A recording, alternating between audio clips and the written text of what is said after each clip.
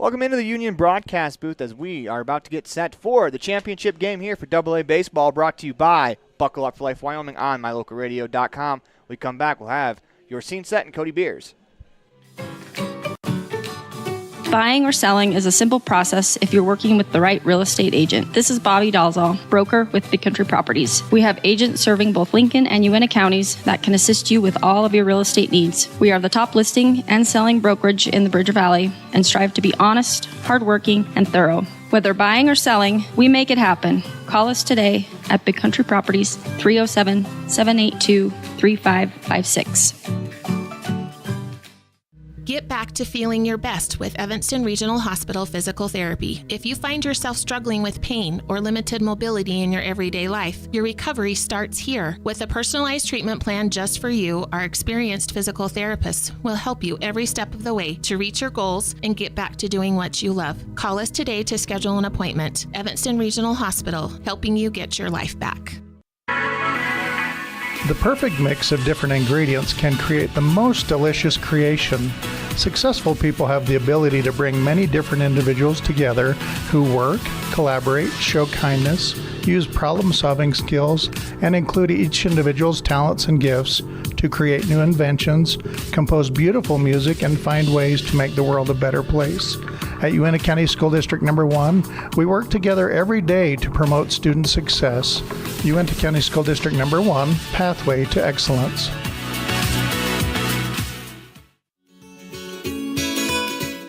Fresh and flavorful ingredients are what makes the best restaurants great.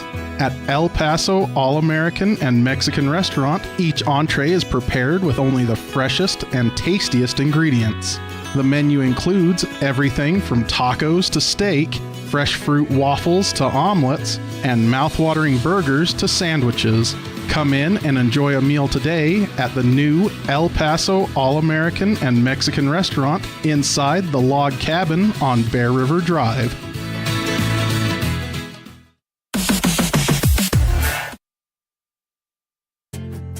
From one corner of the state to the other, over 82% of Wyomingites wear their seatbelts. And to the 18% who don't, we say, let's buckle up for life, Wyoming. Napa know-how isn't just for guys like this. Power tools. Every driver deserves quality parts. Practical and cool. So you can do it yourself with Napa Auto Parts or get it done for you at a Napa Auto Care Center. Which means Napa know-how is for you, karaoke car lady. And never popped a hood guy? I can pop a hood. You too, Mr. Park a mile away. Oh yeah. Do it yourself or have it done for you. That's Napa know-how. Napa know-how. Covelos, your one-stop farm and auto shop. Helping young people grow into productive adults is like putting a puzzle together. Each aspect of life is equal to one puzzle piece. Restful sleep, a healthy breakfast, a positive experience at home before school sets the tone for the whole day. Positive student interaction with teachers, district staff, coaches, and peers all add to the puzzle. At Uintah County School District Number 6, we work hard to make each puzzle piece meaningful and powerful for every student. By working together, we can help every student grow into a masterpiece. It's a great day to be an Eagle. Hey there, I'm Jake Major, your local Medicare and insurance benefits advisor for the Bullock Agency of Wyoming. With over 25 years of experience protecting families in rural America, we understand the importance of having affordable insurance coverage. Whether you're searching for extra coverage or looking to understand and switch your Medicare options, I can help you find a range of top-rated insurance companies and tailor-made packages based on your needs. Call me, Jake Major, today at 307-209-4685 and let's discuss your insurance options. We're the Bullock Agency of Wyoming when benefits matter. Here with Cody Beers. He is the public relations specialist with WYDOT, as well as a member of the Wyoming Seatbelt Coalition and a big fan of American Legion Baseball, of course. Cody, you were the state chairman for a number of years, and here we are at state tournament time, and of course, our state tournament broadcast brought to everybody by people at the Wyoming Seatbelt Coalition and Buckle Up for Life Wyoming. And Cody, you know, Wyoming is unique in the fact that it's not irregular to travel 4 hours one way to a game. So really getting the word out there to buckle up those seatbelts and make sure you arrive not only at the game safe, but back home safe. It's really important to get that word out there. Well, when you talk baseball from people around the region, across the country, that road trip emphasis in Wyoming, it's very difficult for people to understand, because you're right. I mean, it's common to climb in a bus with your kids if you're a Legion coach in Wyoming and, drive from Powell to Green River, or Douglas to Cheyenne and back. I mean, Douglas to Cody and back. Long drives, good baseball, but then that road trip home requires a lot of Diet Pepsi, Diet Coke, and a lot of sunflower seeds for the coach, because often the coach has to drive the team to the game, coach the doubleheader, and then drive back home while the players are sleeping. So it's long road trips. It's good baseball, but that's life in Wyoming, and we embrace it. I mean, we are in state tournament season. Just had a walk-off of Cheyenne beat Jackson in the C state championship game. And so, I mean, it's an exciting time of the year, and I'd just like to encourage everyone to, get there safely by buckling your seatbelt, and then get back home safely by buckling that seatbelt. Every ride, every time, it's that important. So, as a former chairman of American Legion Baseball, what does tournament time mean to you? Well, tournament time is, the culmination of everything that starts back in January or February for these teams. The preseason work in the winter, getting up, scraping your windows, heading into the indoor practice facility, and doing your work in the preseason for that short 2-month season, basically, May, June into July, often, 2 to 3 month season in Wyoming. So a lot of preparation, both from a administrative standpoint and a coaching standpoint, and of course from a fundraising standpoint, because American Legion Baseball is kind of pay to play venue in Wyoming. So people, they don't understand that all this effort goes in before the season, after the season. They just see the regular season games and then state tournament games being played. I don't know about you, but every time I go to the grocery store, I'm filled with anxiety. Do I have enough money? Meat prices have doubled. How can I ever work on food storage when I can hardly afford food for this week? Wyoming Wild Meats in Lyman is the solution. Weekly specials are posted on Facebook. Beef, pork, chicken for one meal, or a mixed order to fill the freezer. You will find quality Gosner cheese and milk products and delicious bread. Because overhead is low, the savings are passed to every customer. Wyoming Wild Meats, offering fresh domestic meats. Precision, the quality, condition, or fact of being exact and accurate. Precision is important. Scoring the next point, making the perfect shot, getting the best score. And when you think of your dentist, you want precision to be the first word that comes to mind. That's why patients are so pleased with Dr. McKay Frankum. He provides precision family dentistry at reasonable prices to every patient. Dr. McKay Frankum, call today for an appointment. Call Dr. McKay Frankum at 789-8910. It's a great time to check out the digital banking options at Trona Valley Federal Credit Union and skip the trip. Members who enroll in digital banking can make deposits remotely, check bank balances, transfer money between accounts, make loan payments, and use automatic bill pay options. You can even connect Quicken or QuickBooks to your Trona Valley digital banking accounts. Learn how digital banking with Trona Valley Federal Credit Union can make your life simpler. Stop in today. Member NCUA. quality is the one thing that you can always count on when you do business with Ellingford Brothers in Evanston. Whether you're looking for strong, high-quality cement for construction, sand and gravel for road base, a cement trough or critter ladder for your livestock, or steel fabrication, including custom towing packages, bumpers, and other vehicle accessories, you always get high-quality products and friendly, knowledgeable service at Ellingford's. Stop in today, 199 County Road, Evanston.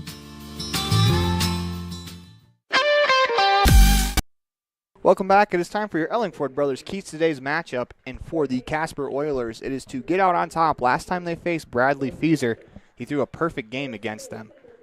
For the Sixers, you don't want to let the dog hang around. You want to get out on top. You want to get the momentum, and you want to try to end it in this one. You don't want to go to that game 2 if you don't have to, if you're the Sixers. So let's move along to our scene set for today's matchup, as it is the El Paso All-American and Mexican Girls scene set for today's game. And man, it's a state championship game. I don't think we need to really set the scene that much more, but when we come back, we'll have the top of the first inning for you. Wyoming is unique. When it comes to high school sports, we might travel 6 hours to a game, but when we get there, we know the other team, their parents, and the coaches. Wyoming is like one small town with really long streets. When you get to Evanston, always stay with your friends at the Best Western Dunmar Inn. With clean, comfortable rooms, a restaurant serving healthy, delicious food, and breakfast is always included. If you're bringing the team or following the team, stay with us every time you're in Evanston. Best Western Dunmar Inn, Evanston. I'm Officer Kevin Malatesta, Public Information Officer for the Cheyenne Police Department. Cheyenne Police Department, for the May mobilization, is really looking for people who aren't seat belted in their cars.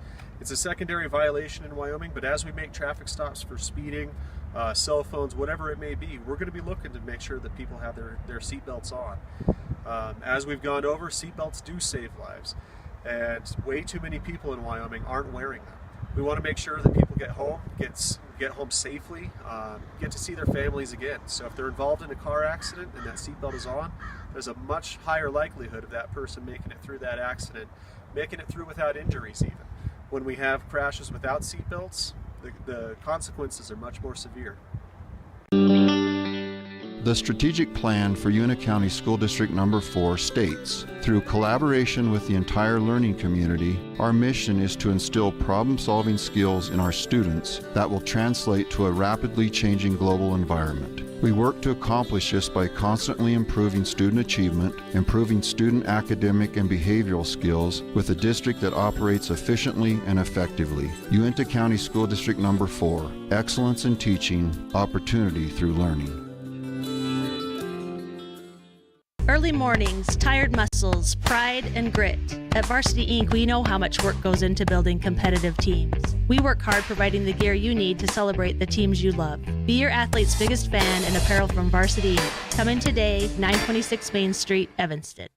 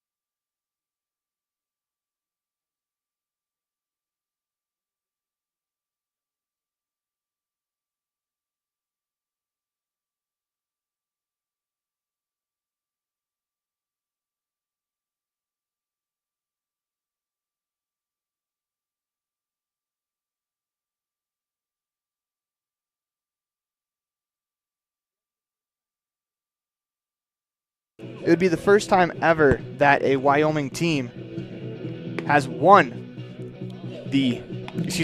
to the World Series as either the winner of this matchup or the Gillette Rough Riders look to do so. As we'll go over those starting lineups once again, Mason Tafoya leading off for the Sixers. Coulter McAnally batting second, playing short. Tafoya is at third. Julian Romero bats third, will play left field. Corey Williams will play right field, batting fourth. Hayden Swain plays first base, will bat fifth. Caden Anderson batting sixth, will do the catching. Landon McAnally will DH. He's bat seventh. Nolan Horton in the 8th spot, playing the number 8 position as he's the center fielder, as Kate Coates will play second base. And they are going to face Trick Barons, Trick Barons got off to a fantastic start in the tournament. He started on Monday.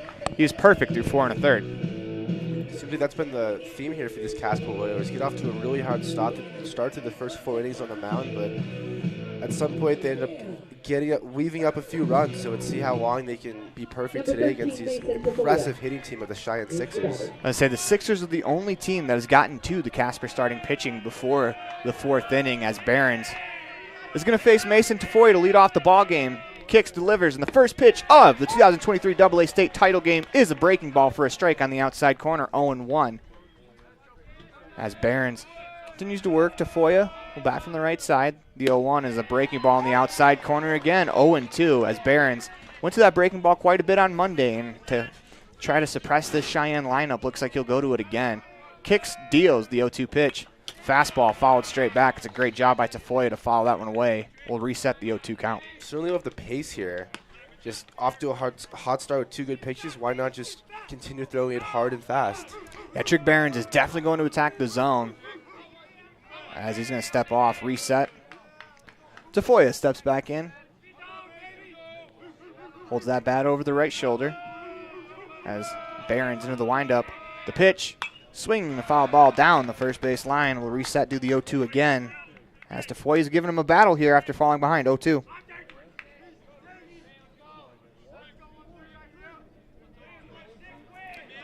As Barons back to the mound, kicks, delivers the 0-2. Swing and a drive down the left field line. That ball is back, and that is a leadoff home run in the 2023 AA state tournament. Mason Tafoya gets it started with a bang. 1-0 Sixers on the Heritage Auto of Evanston scoreboard. Wow, what an incredible start there. I looked down for just a second to see who was on deck, and the ball was already gone. What an absolute blast there from Tafoya. A missile over the left field fence gets this game going, as Coulter McAnally has the task of following that up. He has the ability to do the same thing, as that's a tough start for Barons, as he got ahead, and he made one mistake, and Tafoya was able to capitalize there. Yeah, Tafoya absolutely pounced on that ball. First pitch to McAnally. It's outside, ball 1.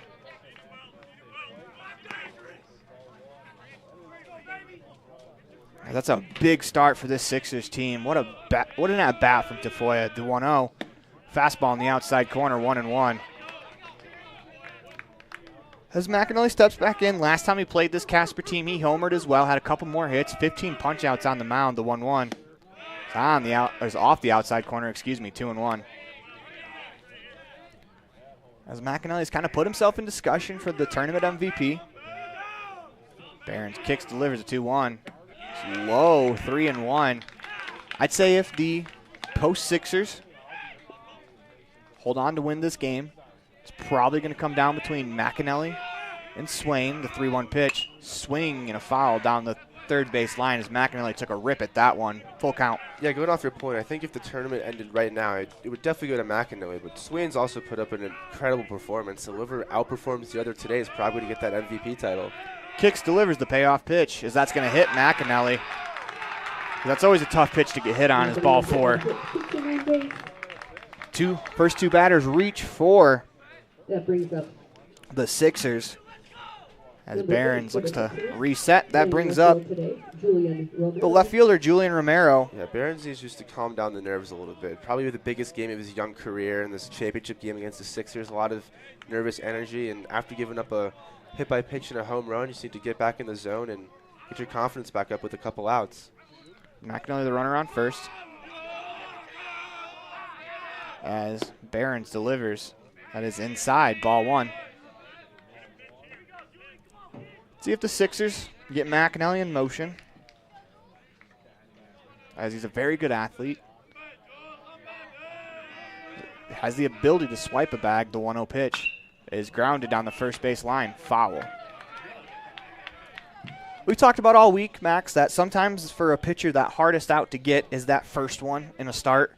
And right now, Behrens is trying to grind out that first out as he faces Julian Romero in a 1-1 count. Yeah, I'm certainly a little bit surprised, given we just talked about how dominant they've been in the first time going through the order. But playing against the Sixers teams, really nothing is given for free. As Behrens comes set, the 1-1 pitch. It's outside, 2-1. In fact, actually the only team so far this tournament to put up runs against the Oilers in the first time through the order is the Cheyenne Sixers. They did it the last time they played as well. Comes set, the 2-1. There's a breaking ball that smoked into right field. Nichols has a beat on it, an Adam ball right at him. He makes one step to his left as Romero drills it. Unfortunately, hits it right to the right fielder, Nichols, for out number 1. Let's see if that calms Behrens down a bit, as he's got to face Corey Williams. No time to rest in this lineup. They used to call the Yankees Murderers Row when they had Mantle and Ruth. All those players, and it's kind of very similar with this Hawks team. Every single guy they're going to throw at you is a very, very good hitter. As they're going to throw over, McAnally is back in time. You know, as you said, this is a very dangerous lineup. Hayden Swain in the 5th. Other McAnally brother in the 7th. Just so many good players here. Yeah, Hayden Swain went over that Giants field, the monster out in center field that has the Giant Field sign on it. So the pitch is inside, ball 1. As he was able to poke one over that fence. And I don't know how often you've seen that this year, Max. I don't know how often anyone's seen that. That is big boy home run territory. You got to crush the ball to get it out there. As Behrens comes set. The 1-0 pitch is high, ball 2. This Sixers lineup has made this field look small, and this is not a small field. 330 down the lines. And I don't see an official linked center field, but this is pretty similar to an MLB-sized ballpark.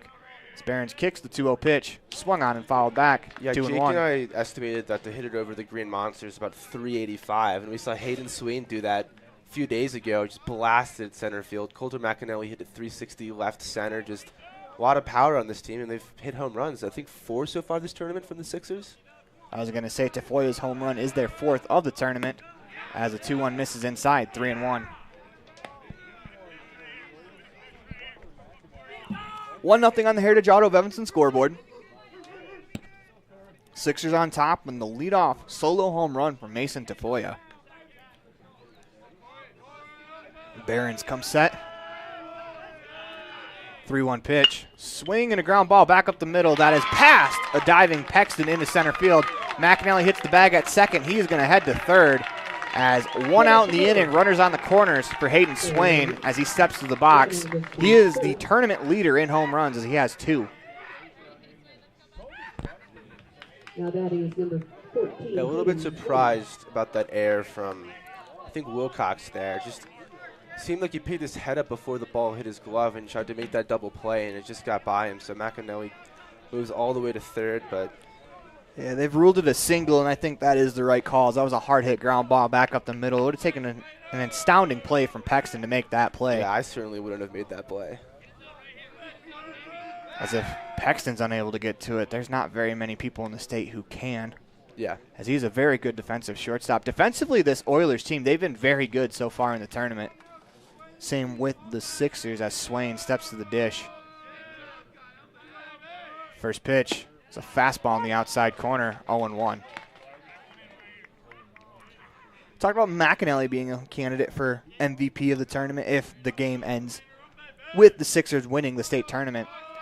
I would believe that Swain is probably the second leading candidate. Swing and a miss, 0-2.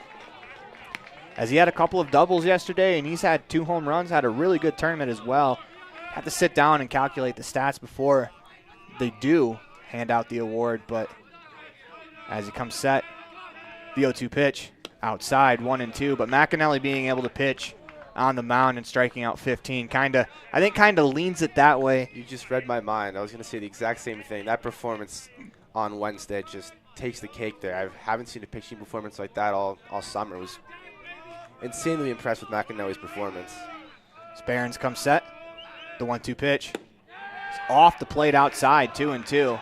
If I had to put a number to it, I would say it's probably 55-45 McAnally over Swain right now. But that's just going off raw memory. We'd have to go through and check the stats for both players. As both players, they've both had really good tournaments. I'll do that during the break of the inning. Comes set, the 2-2 pitch is high, 3-2. Hayden Swain fell behind 0-2 and battled all the way back 3-2. As he's going to step back in, working from that right-handed batter's box, hold the bat on his shoulder. As Barons comes set. The payoff pitch, runner goes, swing and a foul straight back as Swain stays alive. Williams was on the move with the pitch. Runner at third is McAnally. He was hit by a pitch after the leadoff home run. 1-0 Sixers on the Heritage Auto of Evanston scoreboard. Looking to add on here in the inning. As Barons come set. Payoff pitch. As inside as he draws a 1-out walk. That brings up Caden Anderson with the bases loaded. 1 down in the inning. Now batting is number 11 for post 6. Catcher today for post 6, Caden Anderson. Anderson got a little bit of a day off yesterday as he didn't catch in that game with the Sixers being guaranteed a spot in the state finals game. They gave Anderson a bit of a day off as he has caught most of the innings here outside of that one game for the Sixers. Give him a little bit of rest as, you know, playing 5 straight days and having a kid catch 5 straight days is a tough task. Yeah, he's certainly been getting beat up a little bit, so I like the move there. I think we've discussed a little bit through this broadcast how difficult the position of catcher is compared to everything else, due to that wear and tear and just getting hit with balls in the dirt. But he's done a fantastic job this tournament. Hasn't let a lot of things by him. Barons come set, first pitch outside, ball 1. And for Barons, I'm looking to settle in, as he was ahead 0-2 to Tafoya before that home run. Just made one mistake, trying not to compound. As if he can hold it here, gets a ground ball double play right now, it would be huge for the Oilers. The pitch, swing and a miss by Anderson, 1-1. He's thrown 28 pitches in the inning. As Anderson steps back in, he's going to work from that right-handed batter's box. Barons looks on. Anderson holds that bat out in front of him, deals the 1-1 on the outside corner, 1-2.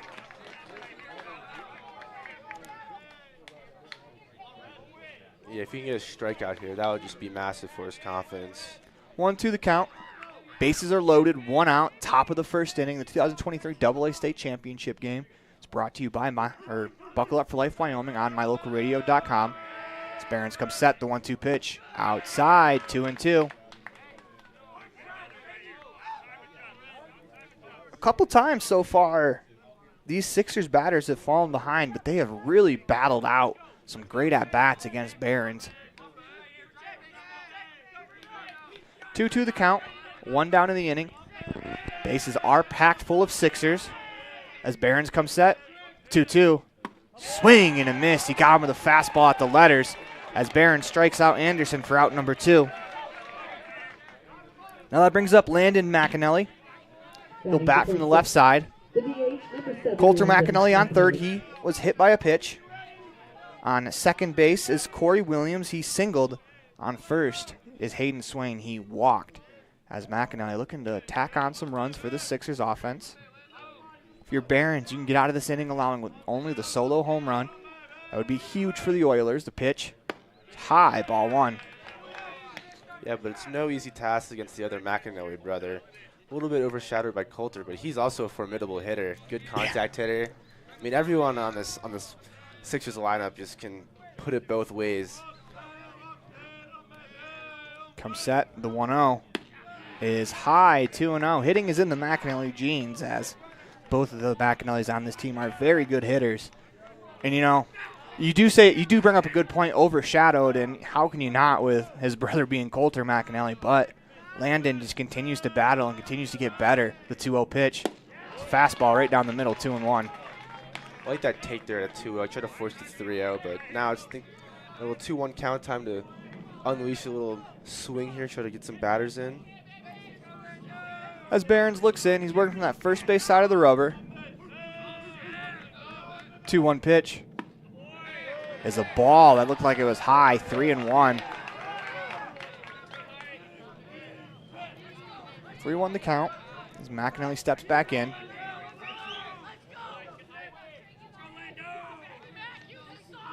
As he holds that bat over his shoulder.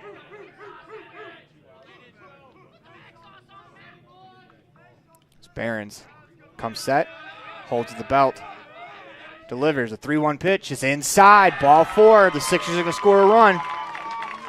As Landon McAnally drives in Coulter McAnally. As it's 2-0 on the Heritage Auto of Evanston scoreboard. Yeah, great at bat there from McAnally, forcing the walk there that brings his brother home. Good job battling and not give you up any pitches swinging, even though I said the opposite. And back to your point, though, about him being overshadowed by Coulter.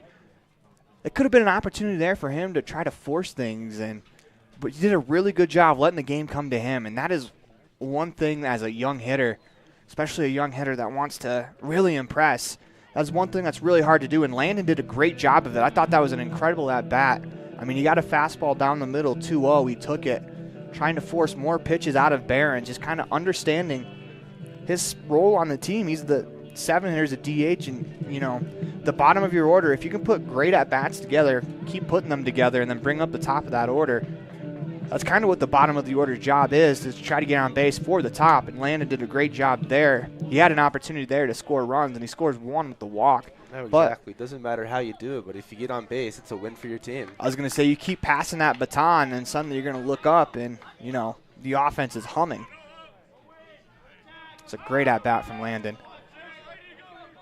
It's Behrens. Comes set, working from that first base side of the rubber.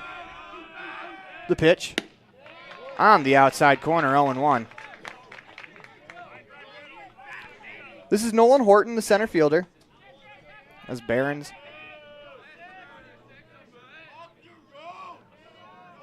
comes set, holds at the belt. The 0-1.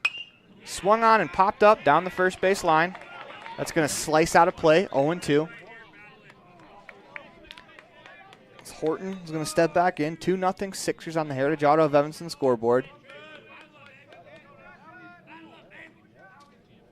As Behrens comes set. The 0-2 pitch is sliced into the gap, and that's going to fall for a base hit. 1 run's going to score.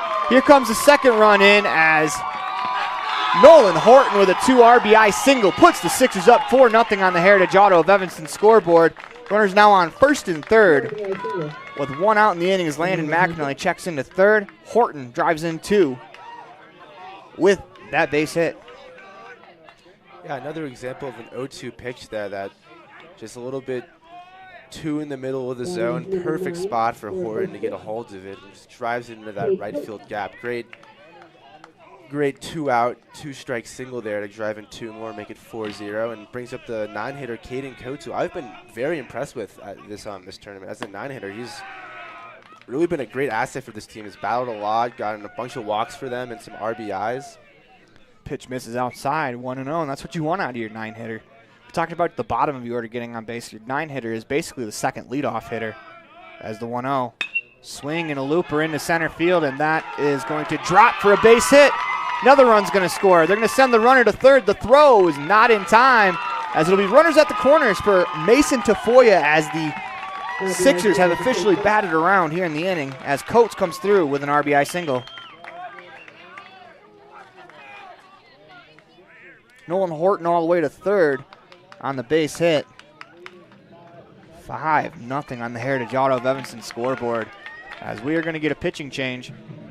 You're watching the 2023 AA State Tournament Championship game brought to you by Buckle Up for Life Wyoming on mylocalradio.com. More from the Union Broadcast booth after this. Buying or selling is a simple process if you're working with the right real estate agent. This is Bobby Dalzall, broker with Big Country Properties. We have agents serving both Lincoln and Uintah counties that can assist you with all of your real estate needs. We are the top listing and selling brokerage in the Bridger Valley and strive to be honest, hardworking, and thorough. Whether buying or selling, we make it happen. Call us today at Big Country Properties, 307-782-3556. At Y-Hi, we are with you is more than just 3 simple words. It encompasses the principles we live by to serve our members and local communities. So if you're looking to keep your banking relationships local with a partner who will always be there for you, look to us. We're Y-Hi. We're Wyoming. We're with you. Visit yhi.org to learn how you can be a part of something bigger today.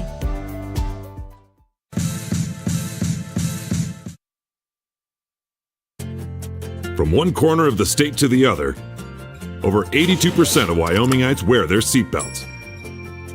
And to the 18% who don't, we say, let's buckle up for life, Wyoming. Napa know-how isn't just for guys like this. Power tools. Every driver deserves quality parts. Practical and cool. So you can do it yourself with Napa Auto Parts or get it done for you at a Napa Auto Care Center. Which means Napa know-how is for you, karaoke car lady. And never popped a hood guy. I can pop a hood. You too, Mr. Park a mile away. Oh yeah. Do it yourself or have it done for you. That's Napa know-how. Napa know-how. Covalos, your one-stop farm and auto shop. Helping young people grow into productive adults is like putting a puzzle together. Each aspect of life is equal to one puzzle piece. Restful sleep, a healthy breakfast, a positive experience at home before school sets the tone for the whole day. Positive student interaction with teachers, district staff, coaches, and peers all add to the puzzle. At Uintah County School District Number 6, we work hard to make each puzzle piece meaningful and powerful for every student. By working together, we can help every student grow into a masterpiece. It's a great day to be an Eagle. Welcome back to the Union Broadcast Booth. First pitch to Mason Tafoya as he led off this inning with a solo home run. 5-0 on the Heritage Auto of Evanston scoreboard. That pitch misses low for a ball. Ball 1. So we'll introduce you to the new pitcher here in a second, as it is Evan Woods. As he pitched yesterday, that one lined down the first base line. That slices foul into the bullpen. Pretty good play out there by I think they call him the... Well, no, that's actually the catcher right now for the bullpen. He's able to pick that one out of the dirt. 1-1, 2 outs in the inning. Tafoya steps back in. Woods comes set. The 1-1 pitch is high, ball 2. Of course, Tafoya led off the game with a solo home run against Barron's. Barron's day is not officially done. His stat line's not done as he is responsible for the 2 runners. That is driven into the left center field gap for a base hit. 1 run's going to score. They're going to send that runner to third. He's going to get there, and Tafoya comes through with an RBI single, his second RBI of the inning. Make that his second RBI hit of the inning as well. What a start for not only the Sixers, but Mason Tafoya, as Horton's going to score. Caden Coates all the way to third on the hit. Yeah, as your leadoff hitter, just an exceptional start for him. 2 for 2 with that home run, obviously on the 5th pitch of the game, and now another RBI. Just a great contact hitter, and hard for these post 2 Oilers to get out of the top of the first. Brings up Coulter McAnally. First pitch is low. That gets away. Here comes the runner home, and he's going to score. That moves Tafoya all the way up to second base. 7-0 on the Heritage Auto of Evanston scoreboard as Coates scores there. That's kind of the rare pass ball or wild pitch that we've seen score a run where that clipped the gear and it slowed it down enough where if it gets by the catcher and he doesn't touch it, it's going to bounce right back to him. As I think last night when the post-Sixers were thinking about how this game was going to go, I don't know if they could have imagined it would have went this well for them. As Woods comes set, the pitch. Swing and a miss. That was a nice changeup there as it had McAnally out in front, 1-1. And back to that McAnally versus Swain debate. I just went into the archives of the tournament. I've got the stats for you. McAnally's 4 for 10, 6 RBIs, and Hayden Swain's 6 for 11, 8 RBIs. So it looks like Swain's definitely leading in the hitting category, but kind of overshadowed by that 15-out performance by McAnally on the mound. The pitch misses outside, 2-1, as we, of course, still have the rest of today's game, as the Oilers can come back. That's going to be a tough task because they're facing Bradley Feaser, who his warm-up pitches came probably 30 minutes ago, as it's been a long first inning. So that pitch misses low, 3-1. No, certainly. This is a really tall task for this Casper Oilers, but they've fought all season, and they can get hot at any time. You just need to have a couple good innings, and they can get back in this game. But it's going to take all 7 of them. They just can't let the 10-run rule be in effect too early, or this game might be over shortly. The Oilers are going to have to chip away as it's 3-1 to McAnally. As Woods checks that runner at second to Foya. He's going to step off and look him back. 3-1 the count. 2 outs. Runner on second base here in the inning. 7 runs home in the top of the first inning, as the Sixers have jumped out to a big lead here.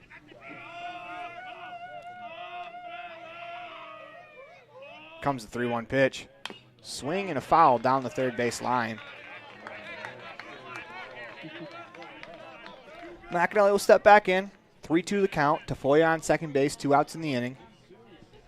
7-0 on the Heritage Auto of Evanston scoreboard.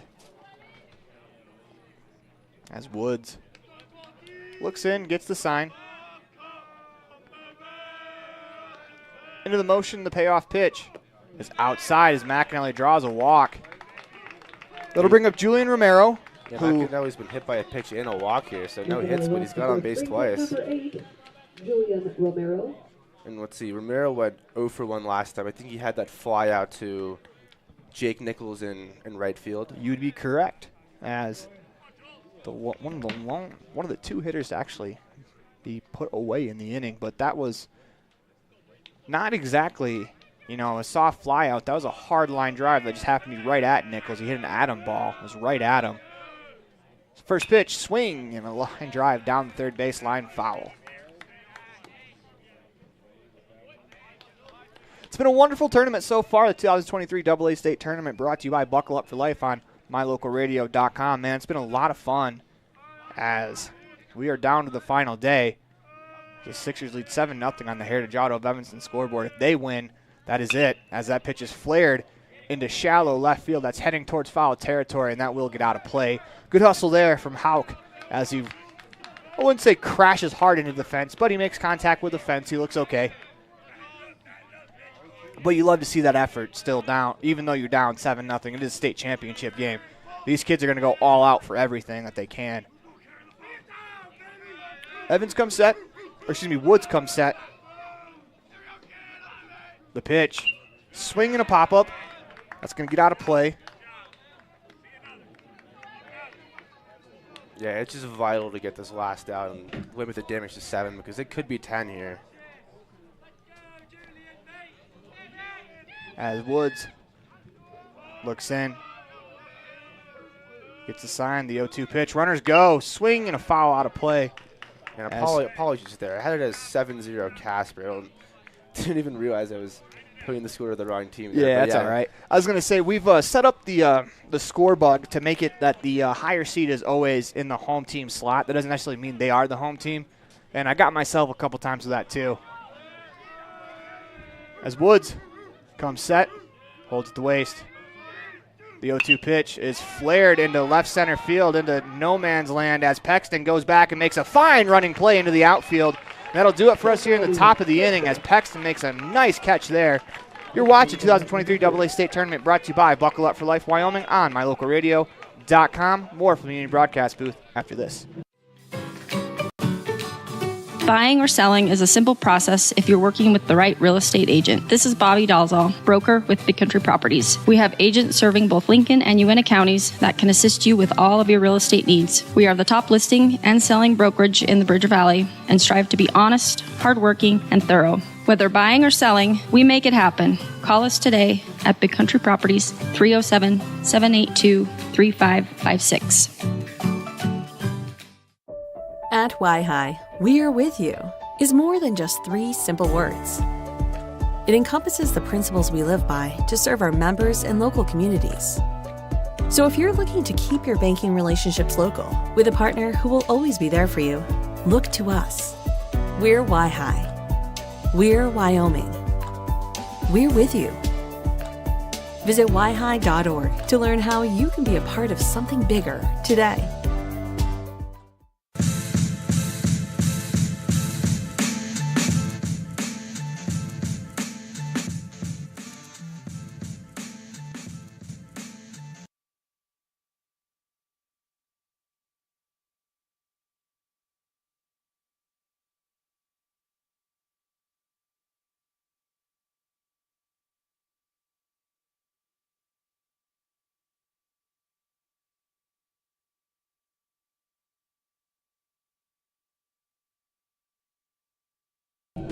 Welcome back to the Union Broadcast booth as we move to the bottom of the first inning, 7-0 on the Heritage Auto of Evanston scoreboard. Sixers out on top as the Oilers, they're going to have to score 7 runs to tie this ball game, but it's not going to be an easy task as taking the mound is the tall righty Bradley Feaser. Yeah, it's certainly going to be a daunting task, but we've seen these Casper Oilers put up some runs. You got Wilcox in the 3, Smith in the 4, Paxton and Gifford leading off. They've got some good contact hitters, so don't expect this to stay a 7-0 ball game here. Let's meet that entire lineup. The Kobe Paxton will lead off. He made that nice play out in shallow left center field.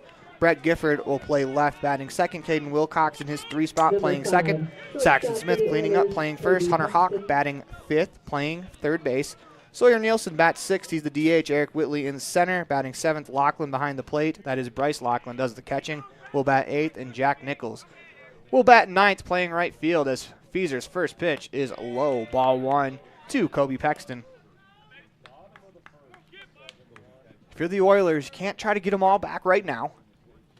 You'd love to get them all back in this first inning, but you got to chip away as that pitch is on the outside corner, 1-1. And that's Feaser working from that first base side of the rubber, works exclusively from the stretch. The 1-1 pitch is a strike at the knees, 1-2. And of course, last time Feaser faced this Casper Oilers lineup, he threw a perfect game as he comes set. The 1-2 pitch is a breaking ball that skips in. And we've also only seen Feaser once this tournament. He came in for relief against the Jackson Giants in the, I think, top of the 4th, and he pitched 3 1/3 innings, 5 strikeouts, no hits, no runs. So pretty solid performance there on his Tuesday game, and he's back on the mound today on Friday in the championship game. Kicks, delivers a 2-2 pitch, swing and a line drive, diving catch over at first base by Swain for out number 1. As Kobe Paxton put a really good swing on that ball. Just unfortunate it lands right in the glove of Hunter Swain as he makes a fine diving play at first base. 1 out. And that was hit hard, so it was a great play there by Swain to extend and make the play. Brings up Brett Gifford. First pitch to Gifford on the outside corner, 0-1.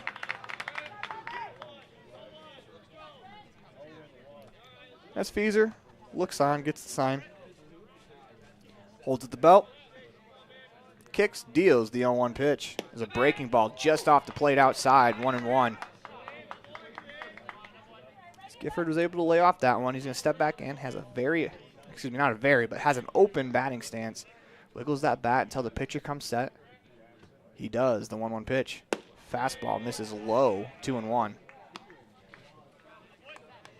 It's definitely hard to face a pitcher like Feaser. So many different pitchers in his arsenal, never know what to expect.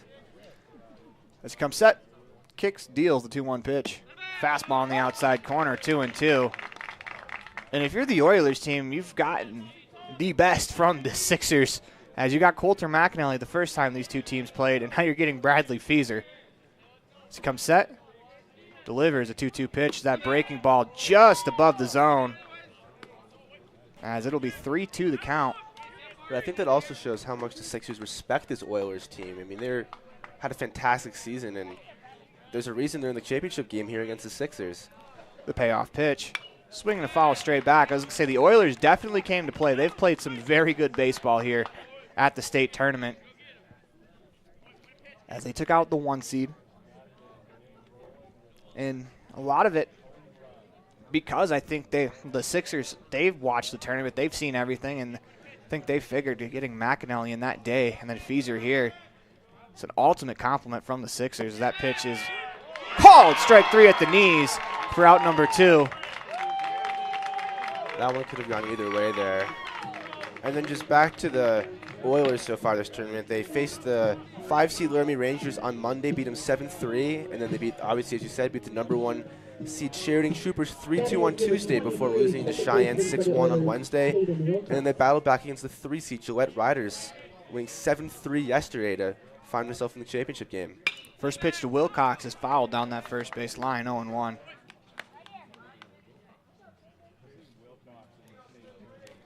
Wilcox steps back in. If the Oilers were able to come back in this matchup and they win the game and win the second game, if their tournament MVP, I'd have to say, would be Caden Wilcox. He floats that one down the right field line. That's deep, and that's sending the right fielder back, and that is gone. Caden Wilcox, opposite field home run as he put a jolt into that one. 7-1 on the Heritage Auto of Evanston scoreboard. What a swing, as we talked about the Oilers having to chip away. That's a good way to do so. As Wilcox goes deep off of Feeser, as that was an incredible swing. Yeah, that was a bomb there. That's the first off-field home run we've seen. Everything's been pulled to the left field line from these righties. He's the first guy to put it on the right field line. It's a great job there by Wilcox, battling through his at-bat against Feeser to make it 7-1. That was an impressive at-bat. And just as I said, Caden Wilcox would be my Oilers MVP. He pads his case even more, as that'll bring up Saxton Smith. First pitch to Smith is a breaking ball for a strike, 0-1. That was an impressive home run. I mean, to be able to hit the ball that far the opposite way, that's a big boy home run there from Caden Wilcox. Here comes the 0-1 pitch. It is a low 1-1, and this is not a small field. That's opposite field over 330. Feeser looks on, holds at the belt. The 1-1 pitch just misses off the outside corner, 2-1. Maybe that's the spark that the Oilers need. 2 outs in the inning as Smith steps back in, 2-1 the count.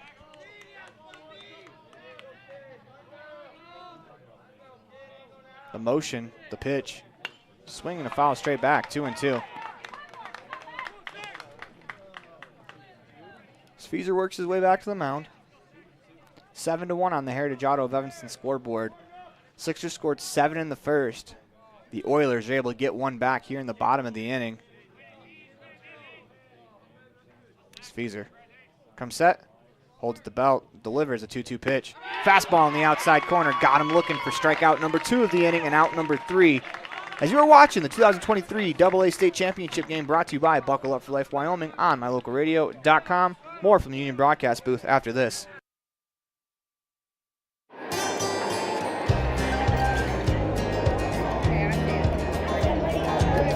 I buckle up because there's been too many fatalities around our house where somebody would have survived if they'd been wearing their seatbelt. I definitely wear my seatbelt to keep him safe. I wear it just for safety.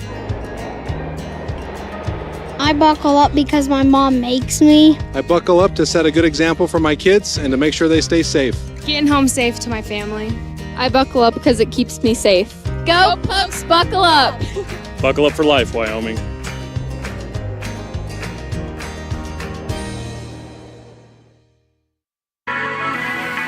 The perfect mix of different ingredients can create the most delicious creation. Successful people have the ability to bring many different individuals together who work, collaborate, show kindness, use problem-solving skills, and include each individual's talents and gifts to create new inventions, compose beautiful music, and find ways to make the world a better place. At Uintah County School District No. 1, we work together every day to promote student success. Uintah County School District No. 1, Pathway to Excellence. Do something good for yourself. Give your home a new look. At Kazine's Furniture in Evanston, their friendly staff will help you make your home a peaceful and beautiful place to be. Comfortable furniture, appliances, artwork, lighting, and accessories work together to create an enjoyable and inviting atmosphere in your home. Make your living and sleeping space a wonderful place to be. With brands like Serta, Ashley, GE, and more, visit Kazine's Furniture at 941 Front Street in Evanston. Welcome back to the Union Broadcast Booth. It is time for the Kazine's Ace Fan Cam. Kazine's Ace, the legacy continues, and we want to thank all the fans who have either tuned in or came out to the ballpark to support 2023 AA State Tournament, brought to you by Buckle Up for Life Wyoming, as it's been an incredible tournament. 7-1 on the Heritage Auto of Evanston scoreboard. First pitch to the number 4 hitter, Corey Williams. He's leading off, followed by Hayden Swain, Caden Anderson. Williams is 1 for 1 with the run scored on us as he singled in the first. First pitch, the 1-0 is low, 2-0. As the Sixers team offensively exploded in the top half of the first inning for 7 runs. Caden Wilcox solo home run in the bottom of the first. Got one back for the Oilers, as we've seen a pair of home runs already today in the state championship game. Kicks, delivers. 2-0 pitch is outside, 3-0. Yeah, not an ideal start to this at bat. Definitely need to limit these walks and pitch count, and so a lot of things need to go right here for the Oilers to battle back. And as that pitch is a strike, 3-1. As if you're the Oilers, you almost have to hold them here to 7. You want to throw up zeros the rest of the way. It's going to be a tough task to come back against Feezer. You got one back. You got to continue to chip away, but you can't allow much more. So that pitch is fouled away, 3-2 the count. It's a good job by Woods to battle back. It's Corey Williams batting from the left side. Yeah, I think it's going to be just as hard of a task to put up 6 on Feezer as it is to limit these Cheyenne Sixers to 0 runs the rest of this matchup. As a 3-2 pitch, swing and a drive down the right field line. That's hooking foul. I know we're talking from the Union broadcast booth like it's an easy task. It's not an easy task. It's nothing is easy about this task for Casper. And quite frankly, neither for the Sixers. Baseball's not an easy game, but just in order to try to stay close, you want to limit them here. So that's on the ground to the second baseman. Wilcox move over to his left. Fields fires for out number 1.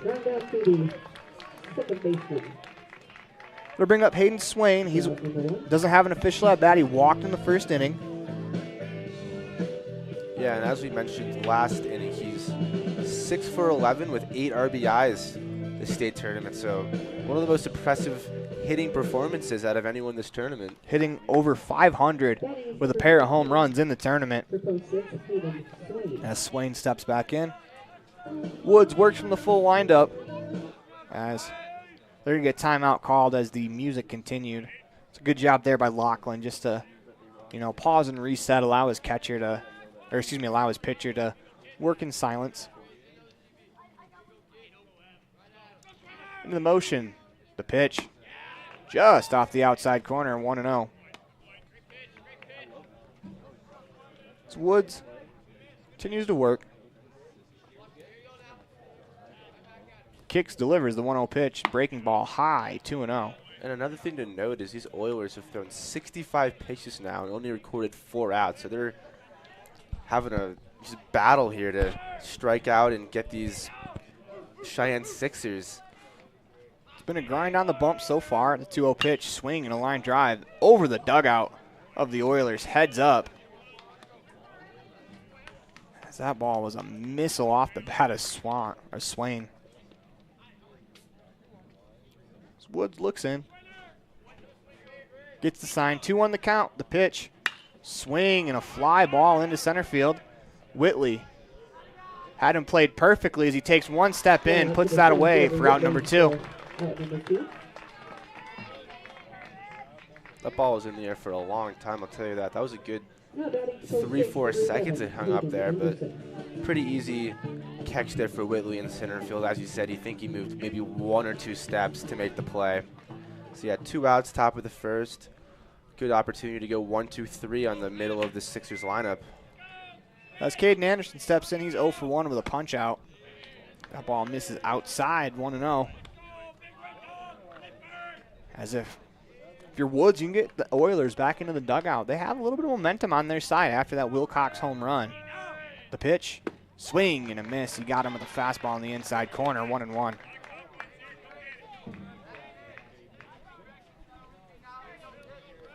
As Woods looks in, gets the sign, the 1-1 pitch.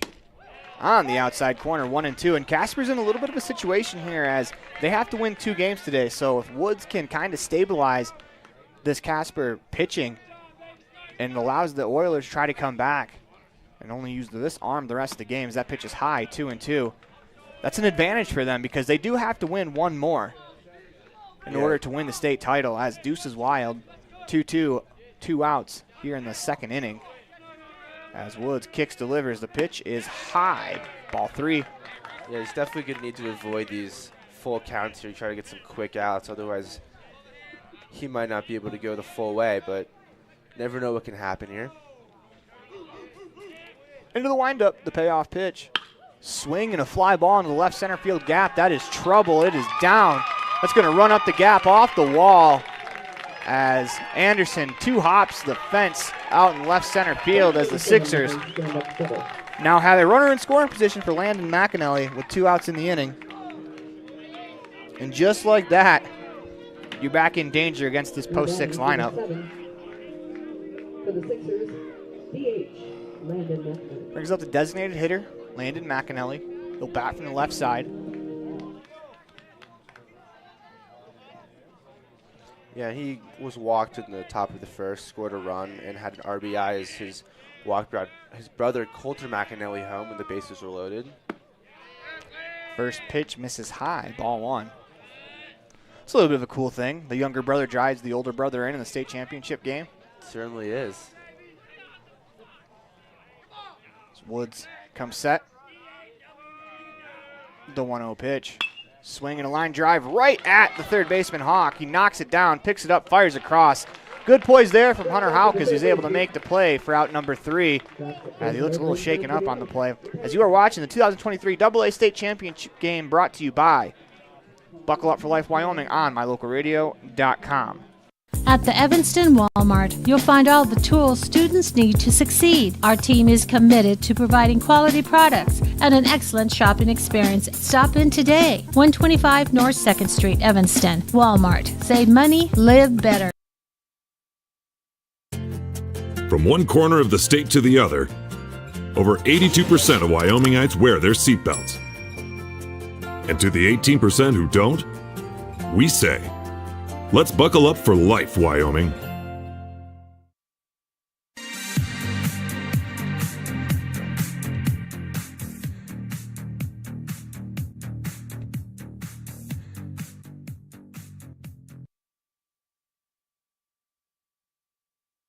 Welcome back to the Union Broadcast booth in the middle of 2023 AA State Tournament Championship game brought to you by Buckle Up for Life Wyoming on mylocalradio.com. 7-1 on the Heritage Auto of Evanston scoreboard. Sixers with the lead as they score 7 in the first. As the Oilers were able to respond with the Caden Wilcox solo home run in the bottom of the first inning. That's how we are at 7-1 heading to the bottom of the second. And that Wilcox home run, that might be one of the more impressive things I've ever seen, is he went opposite field as a right-handed hitter. The fence here in Jackson is 330 feet. It's not a cheapie to hit one out here, and let alone hit it out the opposite way. As Feeser fires his final warm-up pitch, and we are all set to go here in the bottom of the second inning. Due up will be Hunter Houck, Sawyer Nielsen, Eric Whitley in the bottom of the second. Number 51 playing third, Hunter Houck.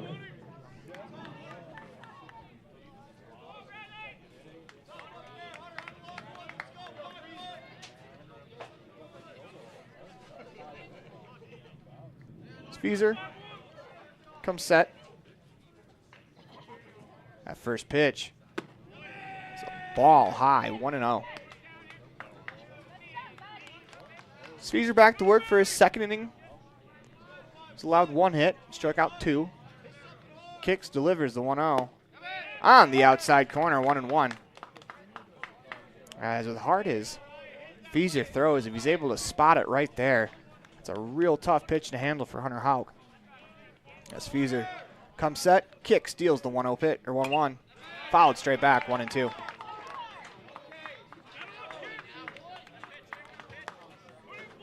Hauk chokes up on the bat a little bit. Steps back in that right-hand batter's box. Rests that bat on his right shoulder. Feeser comes set, and he picks it up off, wiggles it back and forth on top.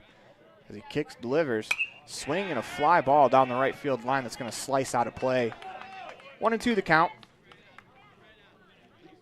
You love seeing Hawk battle here and just get some foul balls off Feeser, get a little bit more comfortable against a pitcher as dominant as Feeser, as we keep talking about. The 1-2 is a breaking ball on the ground to short. McAnally fields, fires across as it is not in time as that ball slipped out of the glove of Swain. See if they rule that. I think that'll go down as an infield single. Yeah, it was a great throw there by McAnally. Charged it. A little sidearm throw. His hat fell off and was in time. Just couldn't make the play there by Swain. So 1 out single there by Hawk brings up the DH Nielsen.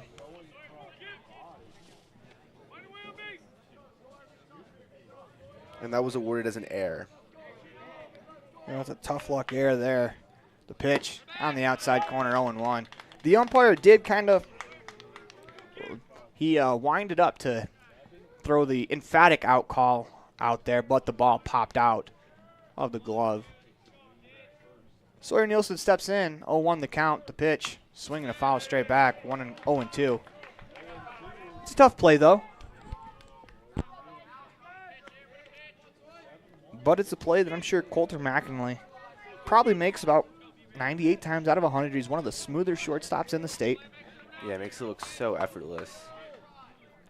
No outs in the inning. The 0-2. Breaking ball on the ground to first. As Swain, another diving play, stands up. He's going to touch first, the only play he had, as he comes up a little bit hobbled. Second diving play there by Swain, as we'll take a little bit of a walk around first base to try to hobble that one off. As Hawk, he advances to second base. This brings up center fielder Eric Whitley.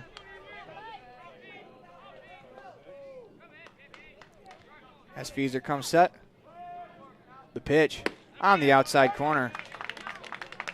0-1. Another good chance here for the Oilers to rally with runner in scoring position, only 1 out here. Just need to get at least 1 or 2 every inning to chip away at this Cheyenne lead. Feeser comes set, the 0-1, as that's fouled straight back, 0-2.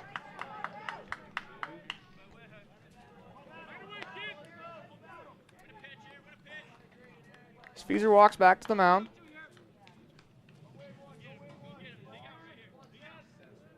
He's ahead 0-2 in the count.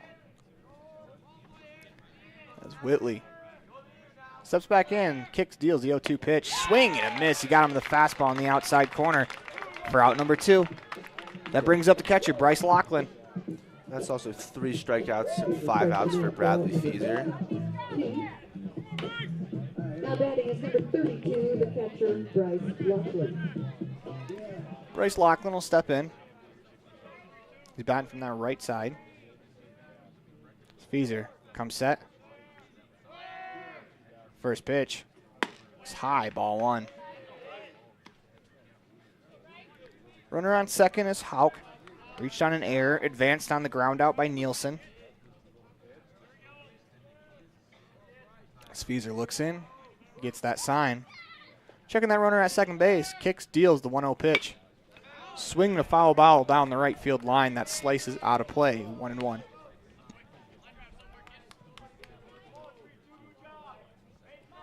Runner in scoring position, and as Lachlan steps back to the plate. Lachlan can find a way to drive that run home. That'd be big for the Casper team as they got to chip away at the 7-1 lead as that pitch misses low, 2-1.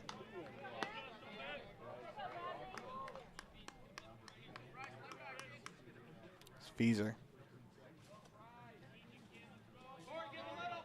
looks in, Gets the sign. Checks that runner at second. The 2-1 pitch. Just off the plate outside, 3-1. As Caden Anderson. Excuse me. Yeah, that was Caden Anderson. As he looks back to double check with the umpire where that missed. As he looked like he nodded in agreement. 3-1 pitch. Swing and a ground ball to the shortstop, McAnally. Fields fires it across for out number 3. That'll do it for us here in the bottom of the second inning. We're the top of the UNT Iron Vision third inning. You are watching the 2023 AA State Championship game, brought to you by Buckle Up for Life Wyoming on mylocalradio.com. The best trips away from home always come when you know you're among friends. This is Coulter Patterson, General Manager at the Come On In Hotel and Suites in Casper, Wyoming. I invite you to stay with us every time you're here. We've got the absolute best staff. Lots of our team members have been working together for years, and we feel like we're a happy family. I guarantee you'll feel that when you come stay with us. We're always glad that you choose the Come On In, and we'll do everything to make your stay comfortable and relaxing. The Come On In Hotel and Suites is the best place to stay because we have the best staff in Casper. Come on in today. Trust, hard work, and experience is what you'll find at Brian's Muffler Shop in Evanston. Quality work at a great price. Brian's Muffler is the perfect fit for oil changes, stock and performance mufflers, and Anderson hitches and accessories. Call Brian's Muffler today, 789-7021.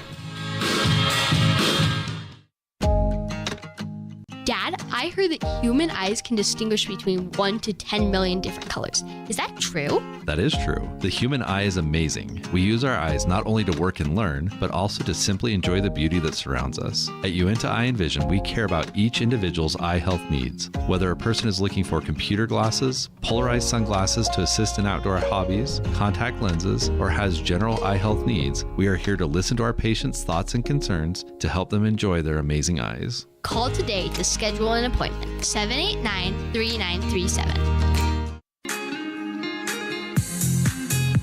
Welcome back to Uinta Iron Vision third inning after 2 innings of play. 7-1 on the Heritage Auto of Evanston scoreboard. We're in the top of that third as the Sixers will step to the plate. They're going to send up Nolan Horton, Caden Coates, and Mason Tafoya due up here in the third inning.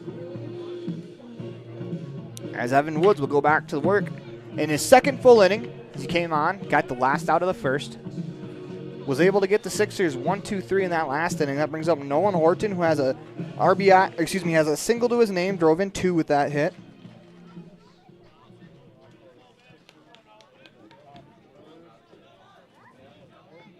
As Woods steps in, kicks, delivers. The pitch. That's lifted into shallow right center field in that Bermuda Triangle. That's going to fall in for a base hit. As that ball is hit perfectly. If it's hit a foot further out, that's caught. But instead, it falls in for a base hit as he lands it perfectly between the second baseman, center fielder, and right fielder. Or as Jake Nichols likes to call the Bermuda Triangle. Yeah, and all three of them were just full out sprinting and almost ran into each other there as the ball dropped.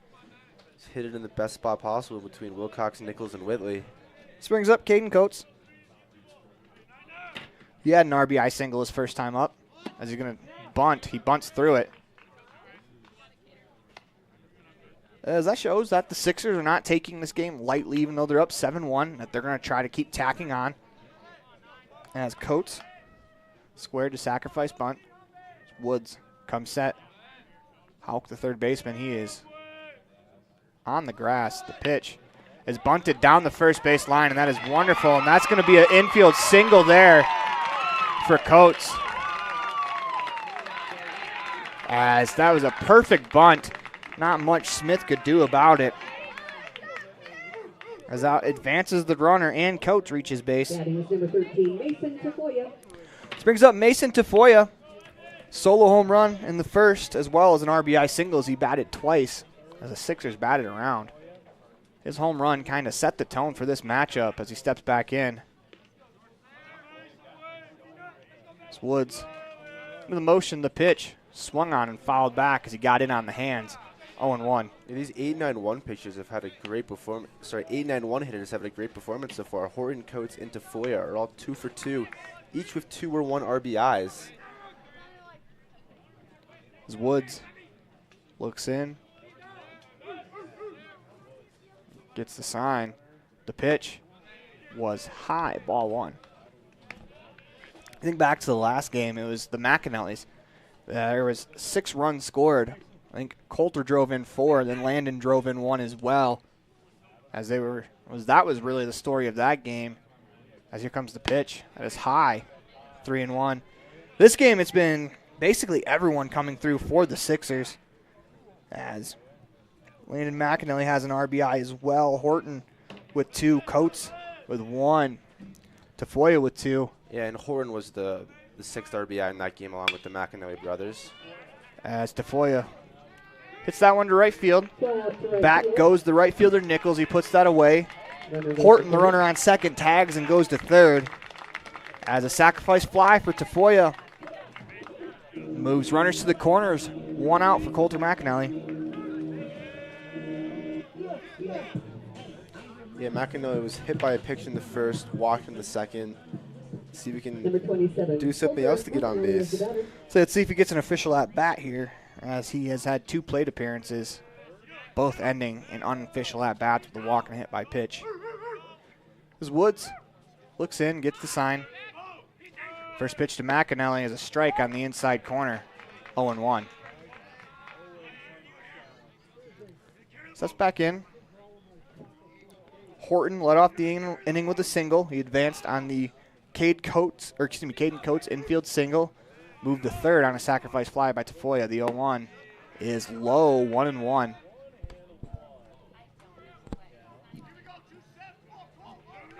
Outfield playing deep. The fly ball to any of the outfielders where they're standing probably scores that run. As Woods comes set. The 1-1 pitch. Strike on the inside corner, 1-2. Yeah, McAnally kind of shakes his head there, but that just clipped the inside corner. Good pitch by Woods. As McAnally is right on top of the dish. As Woods comes set, that 1-2 pitch. Swing and a fly ball into right field.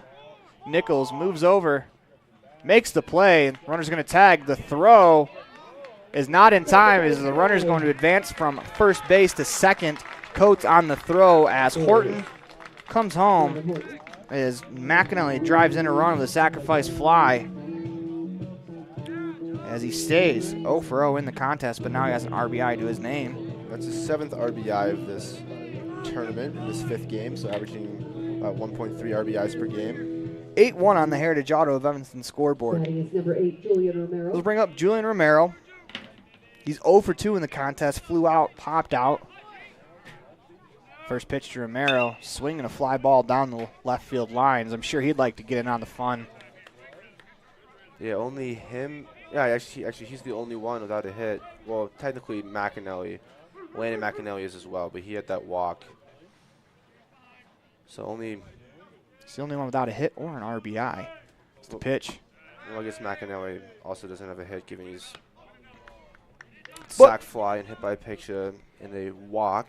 Drove in that. McAnally did drive in a run, though, so Romero has a chance to pick up both here with a runner on second. 2 down in the inning. Woods comes set. The 1-1. Swing and a fly ball into shallow center field as Wilcox goes out from his second base position to make the play. What a play that was by Caden Wilcox. That's the second time Romero has been robbed on a very nice play by a middle infielder. As we head to the bottom of the UNT Envision 3rd inning, the Sixers get one back as they lead 8-1 on the Heritage Auto of Evanston scoreboard. More of the UNT Envision 3rd after this on the 2023 AA State Tournament, brought to you by Buckle Up for Life, Wyoming.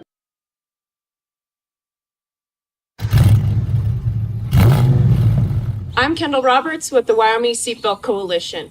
Whether your car is a classic car or a new one, buckle up every time. Buckle up for life, Wyoming.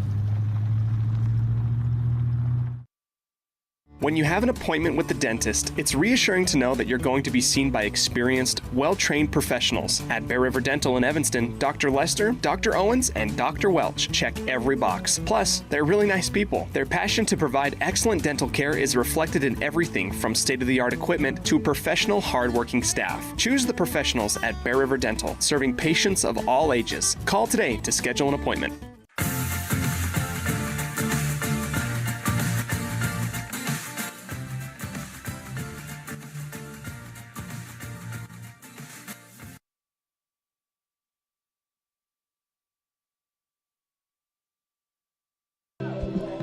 Welcome back to the Union broadcast booth.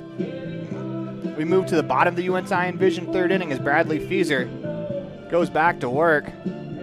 As it's 8-1 on the Heritage Auto of Evanston scoreboard. As the Coulter McAnally sacrifice fly tacks on a run for the Sixers. They go back up by 7. And besides giving up that 2-out homer to Caden Wilcox, Fieser's had a pretty good start to this game. He's thrown 35 pitches, 24 strikes, 3 strikeouts, and no walks. Only hit was that home run to Wilcox. This brings up Jack Nichols. He's the right fielder. His first at-bat of the day. As Fieser delivers the first pitch. Strike on the inside corner, 0-1. One thing Bradley Fieser's done very well in this game is move the ball in and out, up and down. As it's never in the same quadrant. Back-to-back pitches real often. The 0-1 pitch. That's fouled away. That one's on the outside corner as he's been able to move that fastball in and out. And that almost works as a couple of different pitches for you. As you get the hitter looking in one spot, you go somewhere else. Makes it real hard to adjust. Fieser comes set. The 0-2. Just off the plate outside. It's a really good 0-2 pitch. 1-2. Fieser works from that first base side of the rubber. Holds at the belt. The 1-2. Swung on and popped straight into the net. Back behind home plate as that ricochets all the way out to the first baseline. As this net is very springy. And it's kind of played a role in this tournament as there hasn't been very many runs scored on pitches that get away from the catcher. Because if it goes straight into the backstop, it's coming right back. The 1-2.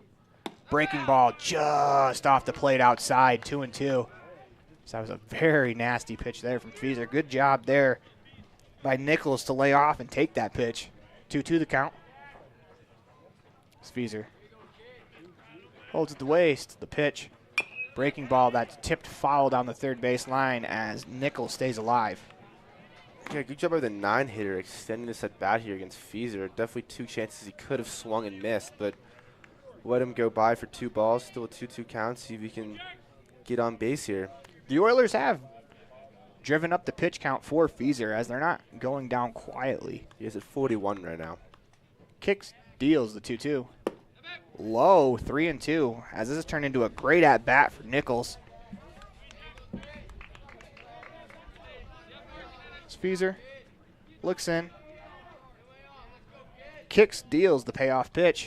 Swing and a miss. He's got him with the fastball over the shoulders. That's 1 out here in the third inning. Brings up Kobe Pexton, the leadoff hitter, as Brett Gifford moves to the on-deck circle. 1 out. Feels like ages ago when Paxton drove that ball to Hayden Swain for that diving catch. Yeah, that was a real good swing for Paxton, just unfortunately nothing to show for it. As Swain has made a couple of real nice diving plays over there. Comes set, first pitch. Swinging a fly ball down the right field line, that's slicing foul, 0-1. We've seen some offense, we've seen home runs, and we've seen some really good defense in this game as well. Caden Wilcox ending that last half inning with an amazing catch into left center field. As that pitch swung on and missed, he got him the breaking ball in the outside corner, 0-2.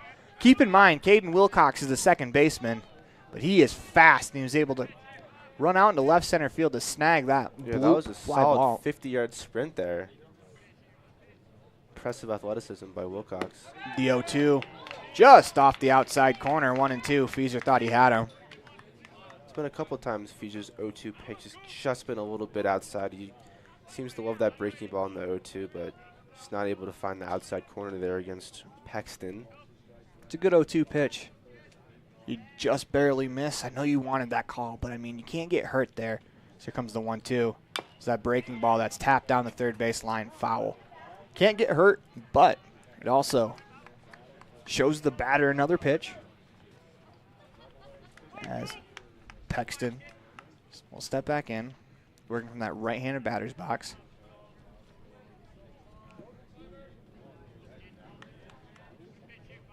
It's into the windup. Excuse me, into the motion. The 1-2. Fastball high. Paxton lays off. 2-2. A little extra grunt there from Fieser. Just put a lot behind that fastball. 2-2 the count, 1 out. Bottom of the third, 8-1 on the Heritage Auto of Evanston scoreboard. Feeser holds at the belt, kicks, deals a 2-2 pitch. Fastball just off the plate outside. That didn't miss by much, 3-2. Another great job here by these Oilers hittings, battling back from 0-2 to make it a full count. Payoff pitch coming from Feeser. Holds at the belt. 3-2 pitch. Swing and a line drive back up the middle at one hop. Off of Coates into center field as Pexton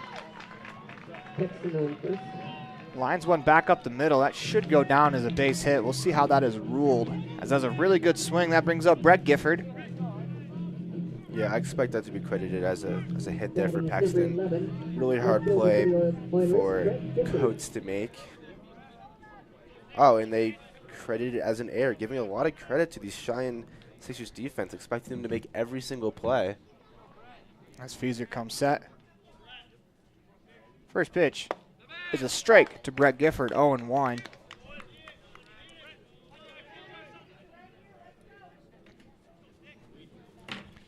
Pexton on first. Feeser checks on him. Not a real big lead over there. Comes set, deals. Pitches a strike at the knees, 0-2. That was Gifford.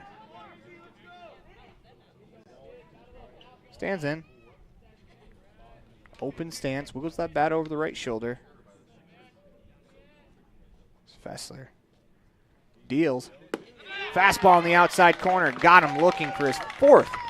Make that his fifth punch out of the game. This brings up Caden Wilcox. He had probably the most impressive home run, one of the tournament, and I would say two that I've ever seen with that opposite field home run. He drove the ball out over the fence, 330 to right field as a right-handed hitter. It's a very, very impressive at-bat. The only thing that comes close to that was Hayden Swain hitting it directly over the green monster in center field, but I definitely agree with you that the Wilcox play was more impressive. First pitch, 0-1, and don't get me wrong, that Swain home run was impressive as well, as that's probably a close second, as we've seen some monster bombs here from the 2023 AA state tournament, and Wilcox is credited with one of them. So it's back into the box, working in the back of the right-handed batter's box. Fessler checks. The 0-1 pitch. Swinging a fly ball straight back into the net, 0-2.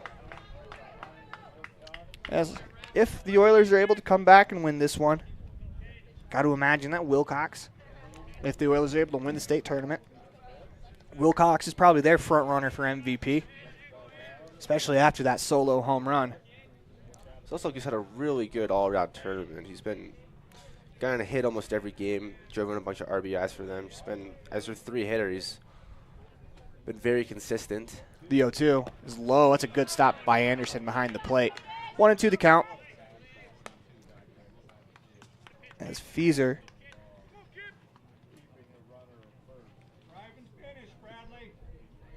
is at 55 pitches. We're not through 3 yet. As he holds at the waist. The 1-2. Swing and a ground ball to the second baseman, Coates. He fields, fires to first for out number 3 of the inning. That'll do it for the Oilers to move to the top of the 4th inning. 8-1 on the Heritage Auto of Evanston scoreboard as you're watching the 2023 AA State Tournament, brought to you by Buckle Up for Life Wyoming.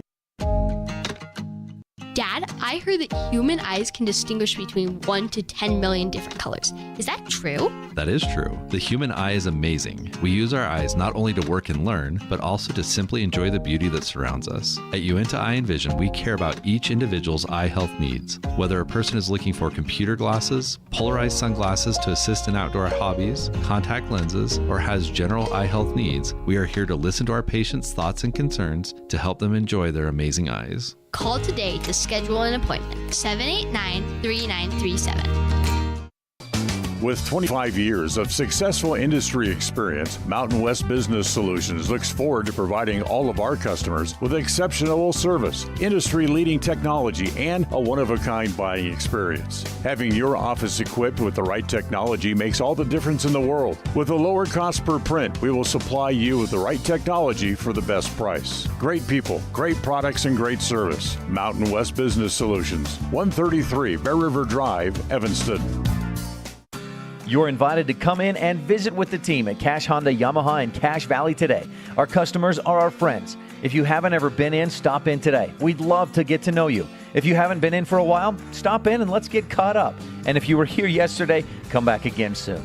You always have an open invitation to visit the crew at Cash Honda Yamaha, where our customers are our friends, on US 91 between Logan and Smithfield.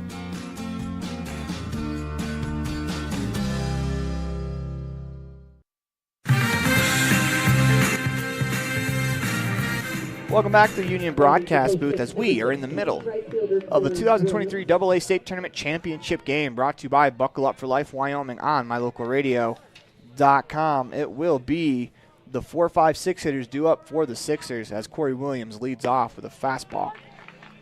On the outside corner from Evan Woods, 0-1.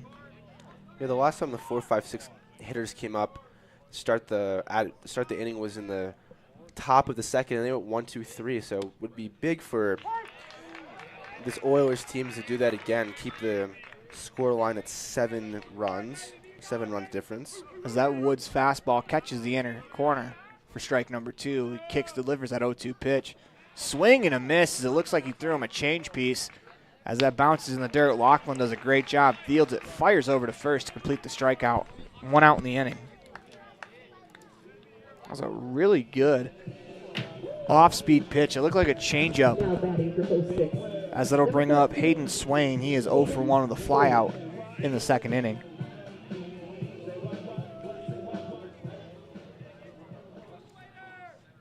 Swain will step into the box. As Woods kicks, delivers that first pitch. Breaking ball that misses outside, 1-0. We talked about the Wilcox home run being impressive, and you brought up the Swain home run over the center field fence. That is almost, I think, equally as impressive. That's a massive bomb, the 1-0. Swing and a chopper down the third baseline. That's going to stay fair. Hawk throws over to first to complete the out. That's a great play there from Hunter Houck for out number 2. Yeah, it's a huge start to this inning here. 4 pitches and 2 outs. Really good for this Oilers' confidence. So they've had a tough time getting out this Sixers lineup. If they can go 1-2-3 here in under 10 pitches, that's just huge for them. Following up on that Swain home run, I mean, that's something I didn't think I was going to see this week either, is someone hit one over that fence. Yeah, we've been waiting all season. We've called a lot of games here at Giants Field, and it's the first one I've seen all summer. So shout out to Hayden Swain for that bomb on Wednesday. First pitch misses outside, 1-0. Might have been Tuesday, actually. I believe you're correct. It was Tuesday. Swain looks in, gets the sign, kicks, delivers the 1-0 pitch. Fouled straight back, 1-1. Caden Anderson doubled his last time up.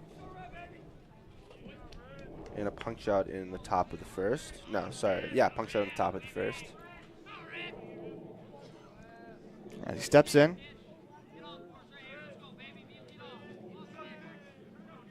Holds that bat out in front of the shoulders. The pitch is a line drive in that right center field gap as Nichols makes a fine running play as he tumbles to the turf after he makes the play. That's a great catch there by Jack Nichols to rob Anderson of probably would have been back-to-back doubles. As you are watching the 2023 AA State Tournament brought to you by Buckle Up for Life Wyoming. We're going to head to the bottom of the 4th inning, 8-1 on the Heritage Auto of Evanston scoreboard.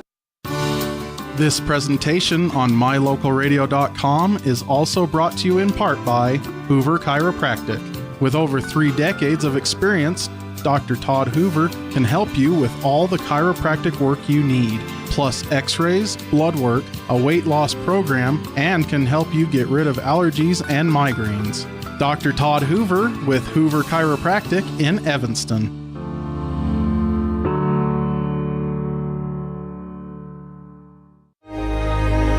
Risk takers, adventure seekers, optimists. Authentic people with the fire in their belly and greatness in their hearts. You'll find them here, in a place where the spirit of the cowboy lives and thrives. I am a cowboy. I am a cowboy. Soy vaquera. The world needs more cowboys.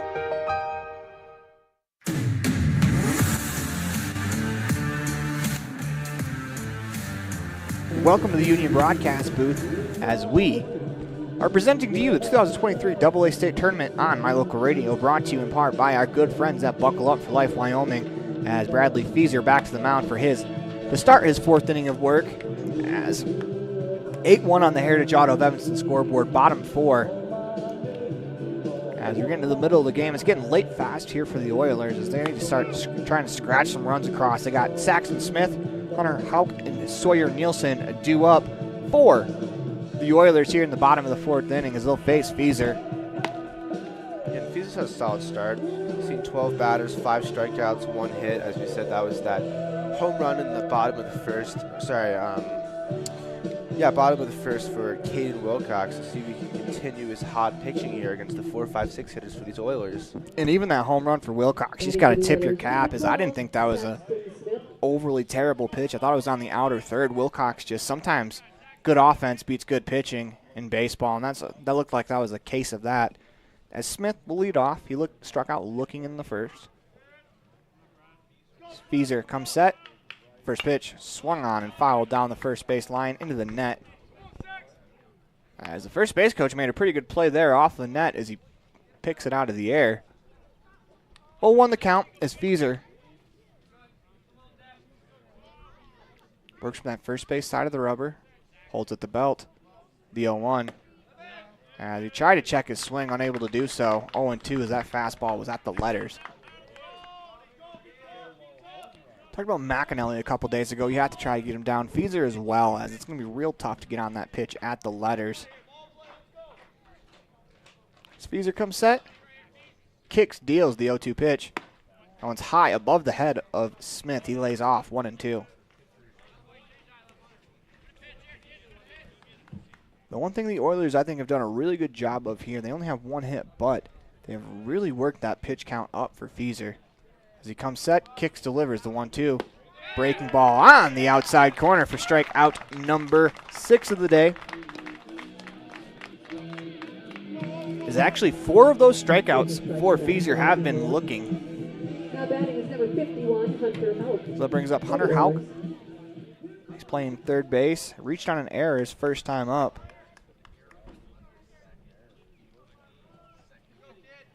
He steps into the box. First pitch. Fastball above the zone, 1-0. Feaser is already at 61 pitches.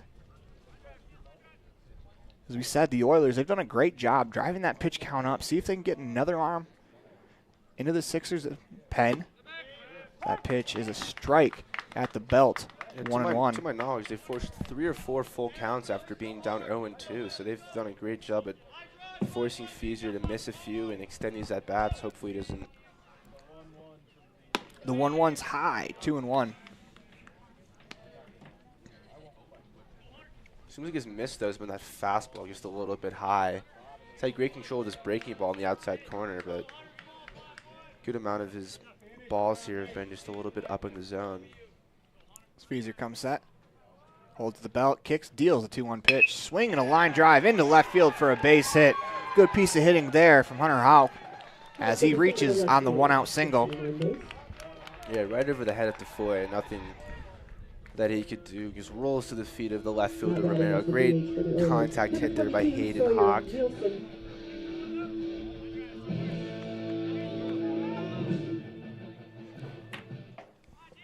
We talked about the last time these Oilers saw Feaser. He threw a perfect game against them. The Oilers are yet to go 1-2-3 against Feaser. He comes set. He's going to pick off to first as Hauk is back in time. Sawyer Nielsen, the batter. He grounded out to the first baseman as Swain made a nice diving play defensively. Cat him set. The pitch. fouled straight back, 0-1.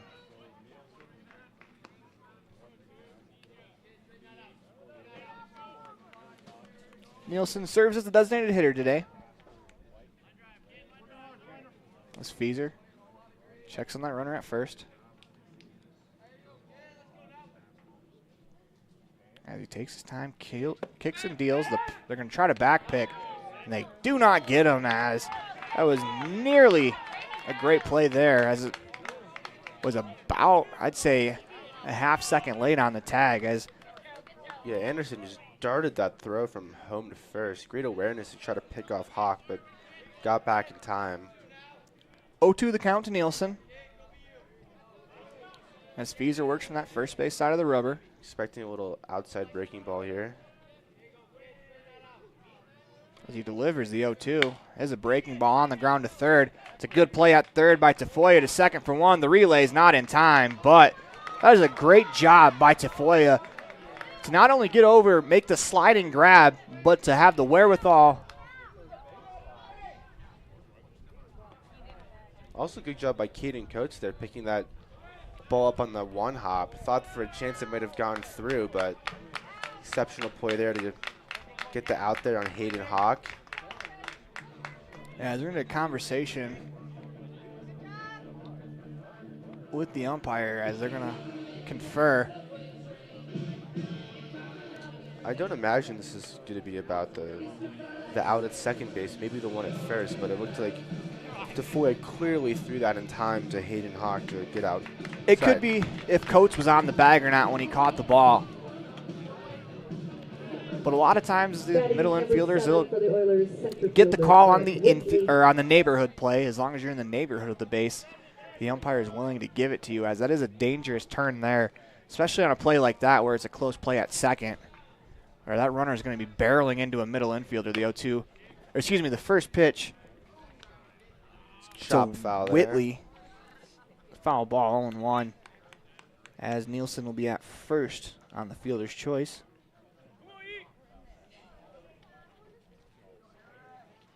So Whitley will step back in, struck out his first time up. As Feeser looks in, gets the sign, the 0-1. Swinging a line drive into right field for a base hit. That's a great piece of hitting there from Whitley, as both runners are going to advance 90 feet. It's a great piece of hitting there.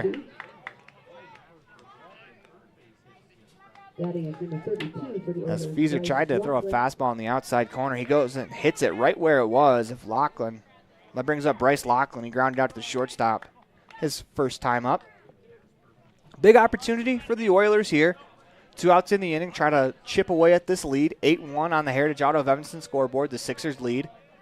Yeah, anything in the outfield should bring Nielsen home, so looking for just some good contact. As a ground ball past the diving Tafoya at third. That's going to be into the outfield. The throw home will be, or it gets by the cutoff, but not in time, as the Oilers cut the lead to 8-2 on the Heritage Auto of Evanston scoreboard. They continue to chip away. That's an RBI single for Bryce Lachlan.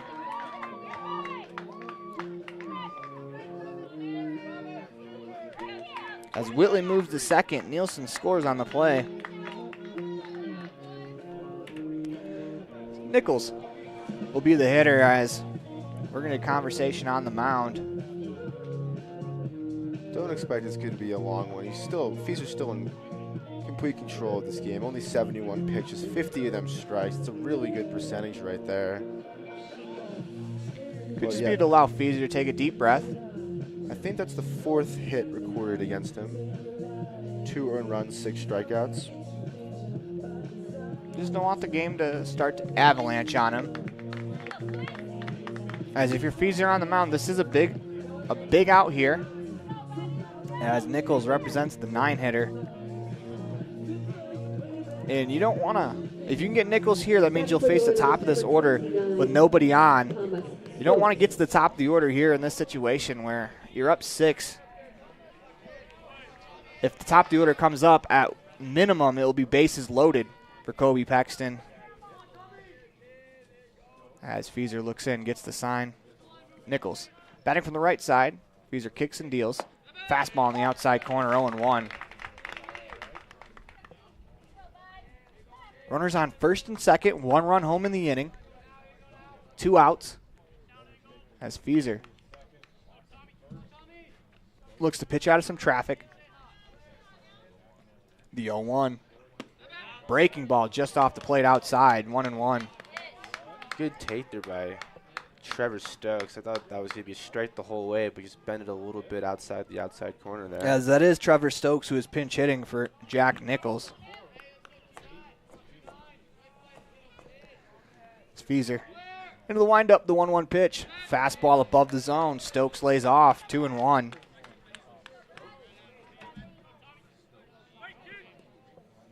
Steps back in, of course, Stokes pitched 8 innings against the Sheridan Troopers. Complete game for him as he was able to finish that ball game on a ground ball double play, the 2-1. Swing and a miss on a fastball in the inner third, 2-2. 2 outs in the inning, runners on second and third. First and second. Yep, my bad. Stokes steps back into the box. Feeser checking on that runner at second. As he kicks, deals the 2-2 pitch. Swung on and fouled straight back as Stokes stays alive.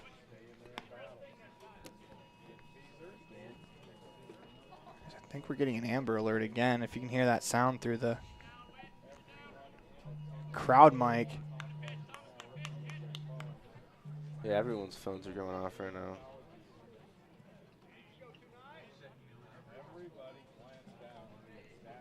As Feeser comes set. 2-2 pitch. Breaking ball. That misses high. 3-2 as Stokes has worked a really good at bat here off the bench.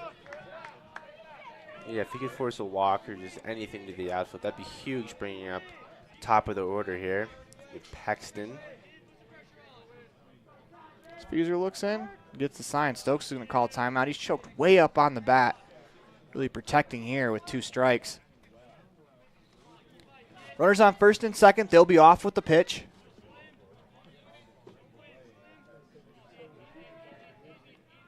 As they fake the daylight play as Feeser spins back off the mound.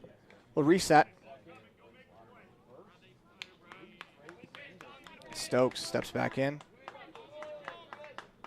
Feeser comes set. 3-2 pitch, runners go. Swing and a miss. He got him with a fastball in the outer corner. And that'll do it for us through 4. The Sixers lead 8-2 on the Heritage Auto of Evanston scoreboard as you are watching the 2023 AA State Championship game, brought to you by Buckle Up for Life Wyoming on mylocalradio.com. Light up your world with a custom-built LED sign from Rocky Mountain Sign in Evanston. It's a proven fact that signage that lights up creates more attention. So light it up and then add text, images, and video, and your sign becomes even more powerful. Start sharing your advertising messages and information with your customers today. The team at Rocky Mountain Sign provides all types of quality signage that is custom-built and maintained. Call today for a free quote. Rocky Mountain Sign, 307-789-5202. Rocky Mountain Sign, serving customers in Wyoming, Utah, and Idaho. Do you want to further your education? Are you thinking of attending college? You can start now here in Evanston. Western Evanston Outreach provides students with a low-cost alternative to leaving town. Western offers a variety of degrees including nursing, BAS, and our brand new cybersecurity, also offering a variety of certificate programs that can be completed all right here in Evanston. Western Evanston Outreach, we are your local community college.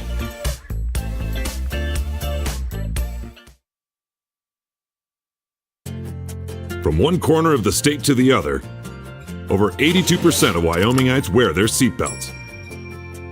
And to the 18% who don't, we say, let's buckle up for life, Wyoming.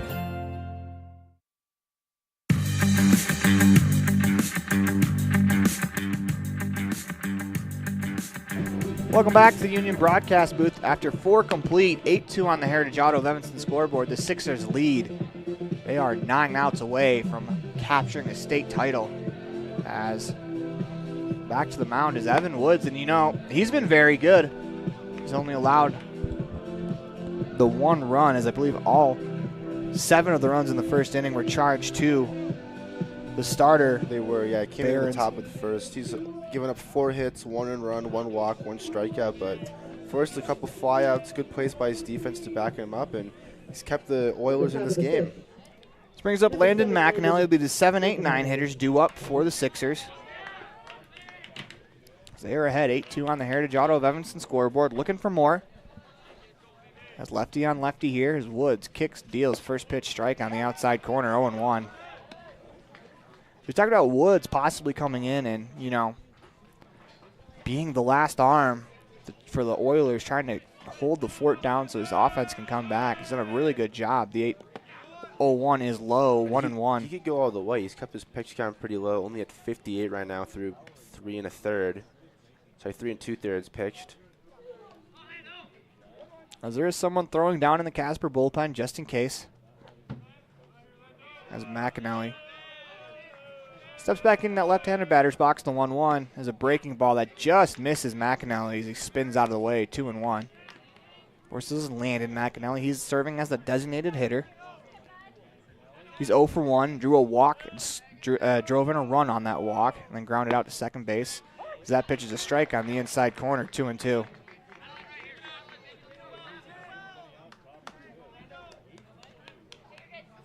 As Woods kicks, delivers a 2-2 pitch. It's low, 3-2. Yeah, big payoff pitch here coming, given that the 8 and 9 hitters are both 2-2 and having a fantastic day. Would not want to put McAnally on base here with them up. As Woods kicks, deals, 3-2 pitch. It's fouled away. We'll reset, do it again.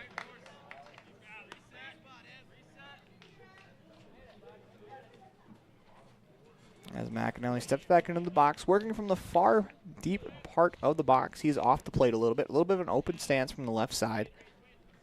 As Woods into the windup, kicks, deals the payoff pitch, and that's a hit on the ground to third. Hauk makes the play, fires it across for out number 1. It's a good pick over there by Smith. And it's a 5-3 put out for out number 1 here in the 5th inning. Yeah, and that brings up Horton. He's 2 for 2, 2 runs scored and 2 RBI. So he's had a pretty impressive performance here today from the 8 hitter. 2 RBIs. Both came in the top of the first, if I'm correct. He hit that 2 RBI single. And then he led off the third with a single. As he steps in, Woods into the windup, the pitch. It's outside, ball 1.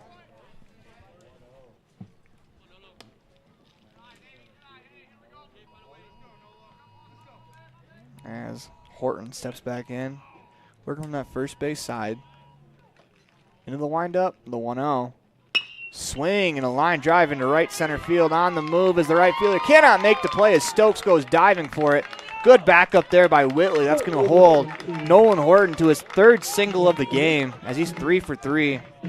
As that brings up Caden Coates. That brings up number 9, second baseman Cade. Heck of an effort there by Thomas Stokes, who stays in right field after he pinch hits.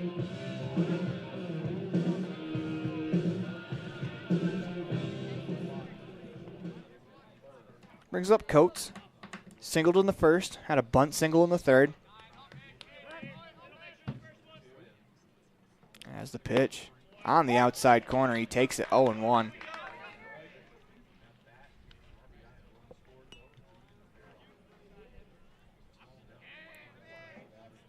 As Caden Coates steps back in, that bunt single. It's a really good bunt down the first base line. The runner goes, pitches a strike, the throw. Not in time as Horton has himself a stolen base. Another interesting thing to note here is that these Sixers have 9 hits, and 7 of them come from Horton, Coates, and Tafoya, the 8, 9, 1 hitters. Woods comes set. Kicks, deals the 0-2 pitch. Off the plate away as it looked like a changeup. Bit of a butterfly effect as that pitch slowed way down on its way in. It's 1-2 the count as Woods has a pretty good changeup. His arm action stays the same. Makes it look like a fastball coming out of his hands.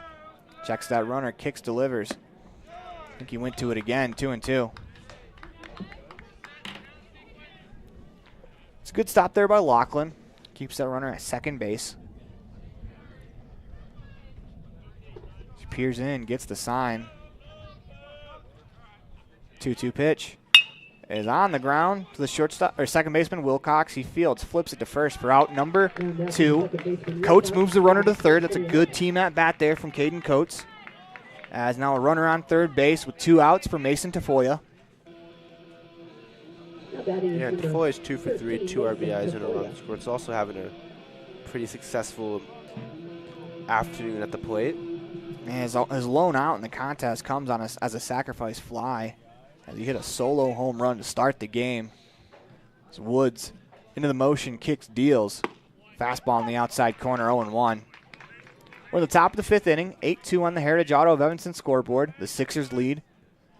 As if they win this game, that'll be it for the tournament. The Oilers can come back. Well, that'll force a game 2. That pitch is high, 1-1. That's why it's important for Woods here to try to limit the damage as much as possible. As Tafoya steps back in. Into the motion. The pitch. Outside. 2-1. Of course, Tafoya started the game with a solo home run to lead off. Top of the 1st inning. First at bat of the championship game. For either team, he homers. That's really set the tone for this Sixers offense. The pitch is high and away, 3-1. Yeah, I don't want to give up a walk here with McAnally on deck. You took the words right out of my mouth. I was just about to mention that Coulter McAnally on deck.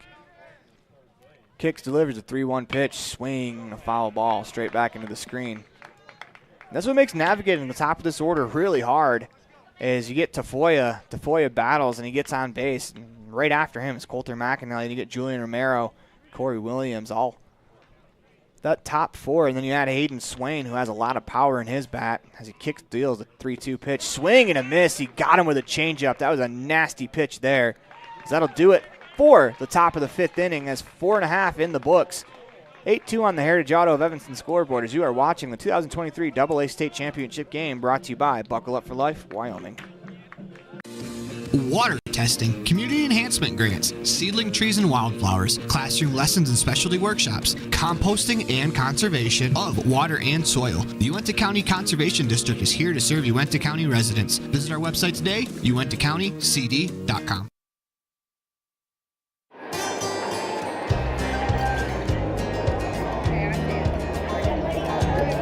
I buckle up because there's been too many fatalities around our house where somebody would have survived if they'd been wearing their seatbelt. I definitely wear my seatbelt to keep him safe. I wear it just for safety.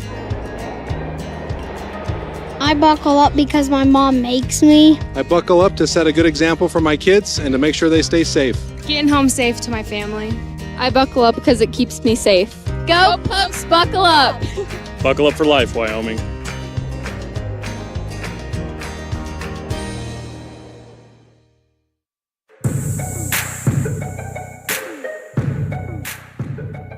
Welcome back to the Union Broadcast booth. We move to the bottom of the 5th inning on the 2023 AA State Tournament Championship game brought to you by Buckle Up for Life Wyoming. We want to send them a special thanks because without them, none of this would be possible. So thank you to Buckle Up for Life Wyoming as it is 8-2 on the Heritage Auto of Evanston scoreboard. That brings up the 2, 3, 4 hitters for the Oilers as it'll be Gifford, Wilcox, and then Smith.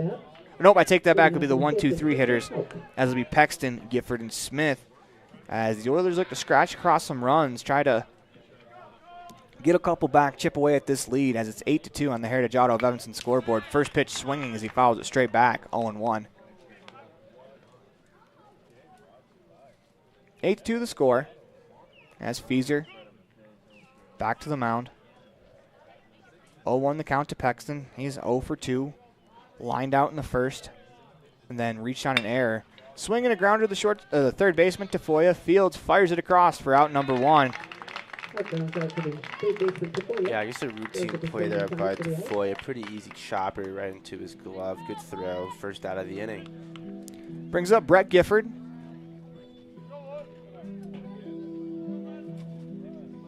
He's 0 for 2. He struck out looking both times up. Feeser gets the sign. Into the windup. Kicks, deals the first pitch. is high. Ball one as Fieser works exclusively from the stretch. He takes his time getting on the mound. And that was his 81st pitch, so it's going to be pretty hard for him to keep it under 105 today. As that one's lifted into right center field. That sends the center fielder Horton back as he makes the play. As that ball carried quite a ways in that right center field gap. That's a pretty good swing for Gifford. Just got a little underneath that one for out number 2. Speaking of good swings, that brings up Caden Wilcox, who put a great swing on a ball in the top of the first inning as he blasts one out across the fence in right field for a solo home run, opposite field solo home run at that. As Fieser comes set. That first pitch is a breaking ball, fouled straight back, 0-1.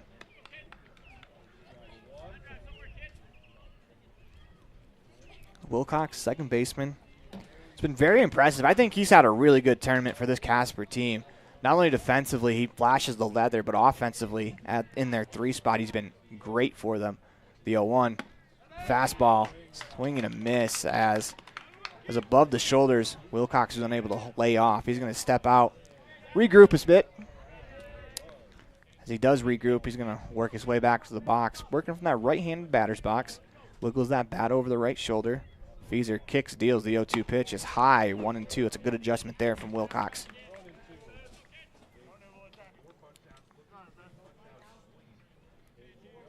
As Wilcox steps back in, Fieser ahead in the count, 1-2.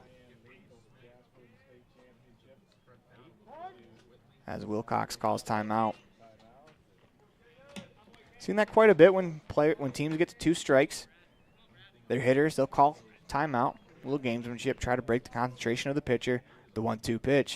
As that's hit on the ground to the second baseman, Coates over to his right field, fires it across for out number 3 as the Oilers go 1-2-3 in the inning. You are watching the 2023 AA State Tournament brought to you by Buckle Up for Life Wyoming, 5 in the books. 8-2 on the Heritage Auto of Evanston scoreboard. Red Devil pride runs deep with the team at Callis Automotive. Today's students are tomorrow's leaders.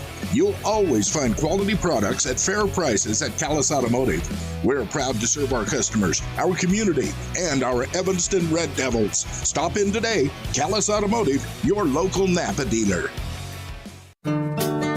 Business cards are a powerful and inexpensive way to promote the goods and services you offer. You can design your own cards or have the professionals at Westar Printing design your business cards. Now with same day and next day turnaround on all business card printing, you don't have to wait. Get your business cards today. Professional quality, inexpensive prices, and quick turnaround. Visit Westar Printing, 243 7th Street in Evanston, across from the library. Westar Printing, 307-789-5202. Get a degree or certification. Earn your high school GED. Get job skills. Become CPR certified. Or use our free 3D printers and tools. These are just a few of the opportunities available at Uinta BOCES number 1. Call 307-789-5742 to learn more. Welcome back to the Union Broadcast booth as we are working our way to the top of the 6th inning, 8-2 on the Heritage Auto of Evanston scoreboard. We want to thank you for tuning in to the 2023 AA State Championship game, brought to you by Buckle Up for Life Wyoming, as Coulter McAnally will lead off for the Sixers. It'll be a 2-3-4 hitters, as it'll be McAnally, Romero, Williams in the top of the 6th. Evan Woods back to the mound for his 5th full inning of work as he came on to get the final out of the first. And he's been very, very effective since then. As he'll work from the full windup into the motion, the pitch is high, 1-0 to McAnally. McAnally was hit by a pitch his first time up, walked his second time up, and then drove in a run with a sacrifice fly as he swings and rips one into the gap, sending Whitley back, looking up, and that ball is gone! Coulter McAnally over the left center field fence, drills one for his 2nd home run of the tournament. 9-2 on the Heritage Auto of Evanston scoreboard. What a shot there from Coulter McAnally. That's why he is the AA Player of the Year. That was a deep one, just left of the scoreboard there in left center field. That was at least 355, 360. What a bomb there by Coulter McAnally. Now tied with Hayden Swain for the most home runs in this tournament at 2 apiece. Ball was crushed. That brings up Julian Romero as he swings and lifts one into left center field, or right center field. Make that as Stokes goes back. Whitley is on the track and makes the play. That's a great play there from Whitley as we almost had back-to-back home runs. That ball, I believe Whitley was on the track when he caught it. He was feeling for that fence for out number 1. Yeah, hearing the sound of the crack of the bat, I thought for a second that one might also be gone, but probably went about 330 on the warning track. Almost got out, but good play there by the center fielder Whitley to record the out. That ball was caught just to the right, or make that the left of the 370 sign as that pitch misses. First pitch to Romero. 9-2 on the Heritage Auto of Evanston scoreboard. As Romero steps in. 1 out in the inning. As Woods kicks, deals the pitch. Fastball in the outside corner, 1-1. 9-2. As we are past the 5th inning, so it is important to note that the Oilers have to keep it within 10 or the game is over. That pitch is on the off the outside corner, 2-1. As Williams will step back in. Woods kicks, deals the 2-1 pitch. Swing and a flare over the shortstop's head into left field for a base hit. It's a real good piece of hitting there for Corey Williams, who's now 2 for 4. Brings up the other home run king, Hayden Swain. He's 0 for 2 with a walk and a run. See if he can get his first hit of the evening. Sorry, of the afternoon. It's still only 12:54 here in Jackson, Wyoming. Well, Swain will swagger his way into the box. Runner on first is Williams. After a nice little line drive single the opposite way. As a lefty facing a left-handed pitcher, that's exactly how you do it with that pitch on the outside corner. It's a great piece of hitting. First pitch to Swain. Fastball at the belt, 0-1.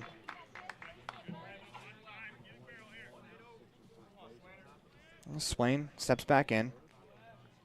Came in today batting over 500 in the tournament, the 0-1. Outside, 1-1.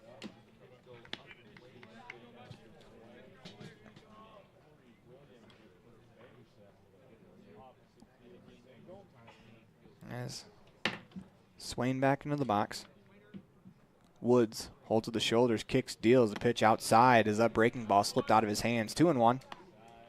Hitters count here for Swain. As 9-2 on the Heritage Auto of Evanston scoreboard. As Woods holds to the shoulders. Kicks, deals the 2-1 pitch outside, 3-1.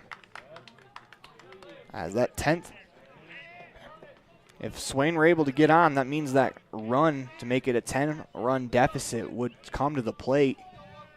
As Woods kicks, deals, that pitch is lined back up the middle for a base hit as Swain stays hot with a line drive single back up the middle as he smokes that ball.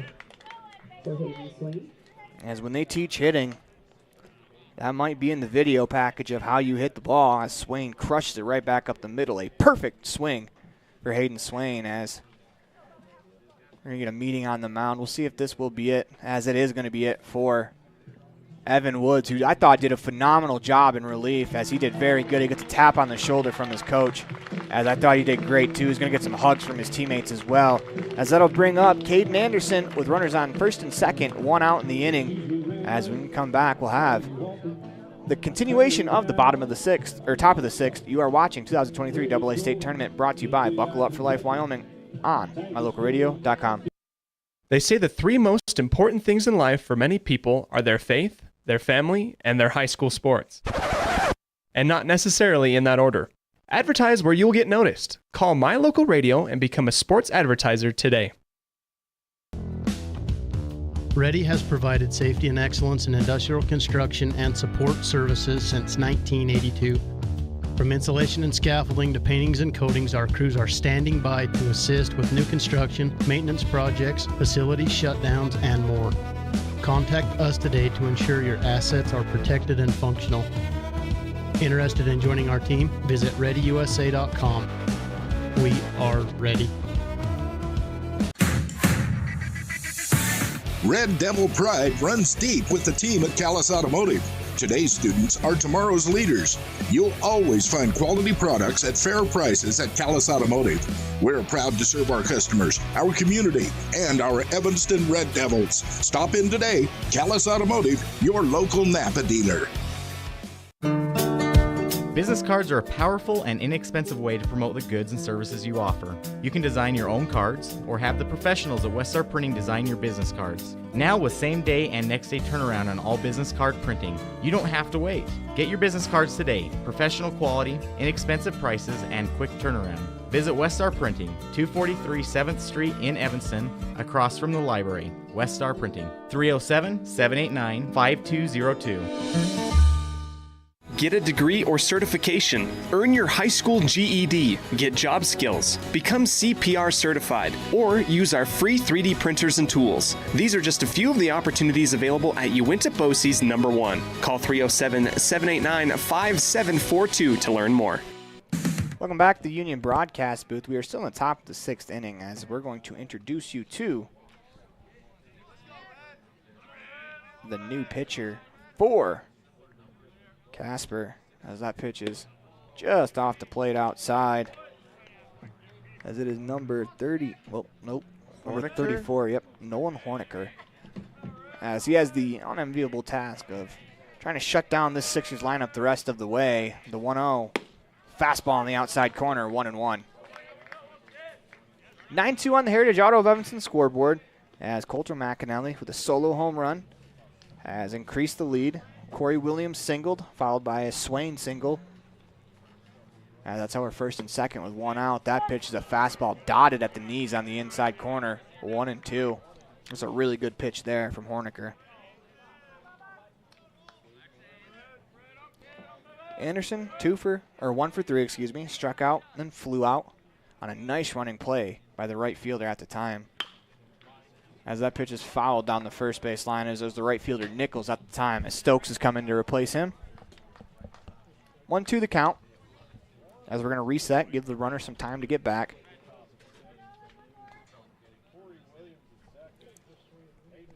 As the first base coach for the Sixers went and stood out on the bag and kind of was giving Caden Anderson just the hold on sign, so that way the runner, Swain, can get all the way back. Comes set, kicks, deals the 1-2 pitch, and that's going to hit Anderson. Looked like that breaking ball slipped out of his hand. Brings up Landon McDonald. Landon McAnally. Landon McDonald is different athlete, different sport. Apologize for that. McAnally had a solid day. I mean, the only thing he's done was drawing that walk in the first, but every at-bat he's had, he's taken it almost all the way. Forced his pitch count up for the Oilers, see if he can get his first hit of the day here. I'd classify all three of his at-bats as really good ones. That pitch is high, ball 1. They're going to bring the corners in. They'll look to cut down the runner at home. In the middle of the infield, looks like they're going to try to turn the double play. The pitch is inside for a ball, 2-0. The shortstop, Paxton, is way over. Almost nearly 3 steps to the right of the third baseman, Hauk, as that 2-0 hits the outside corner, 2-1. As turning a double play from there, it's going to be a real tough task, as we'll see if Casper comes home at all spots, 2-1. Swing and a fly ball down the left field line that sends Hauk chasing after it as it slices out of play, 2-2. 2-2 the count. 9-2 on the Heritage Auto of Evanston scoreboard. As you remember, we're past the 5th inning, so if this game ever ends an inning with a difference of 10 runs as the 2-2 misses high, 3-2.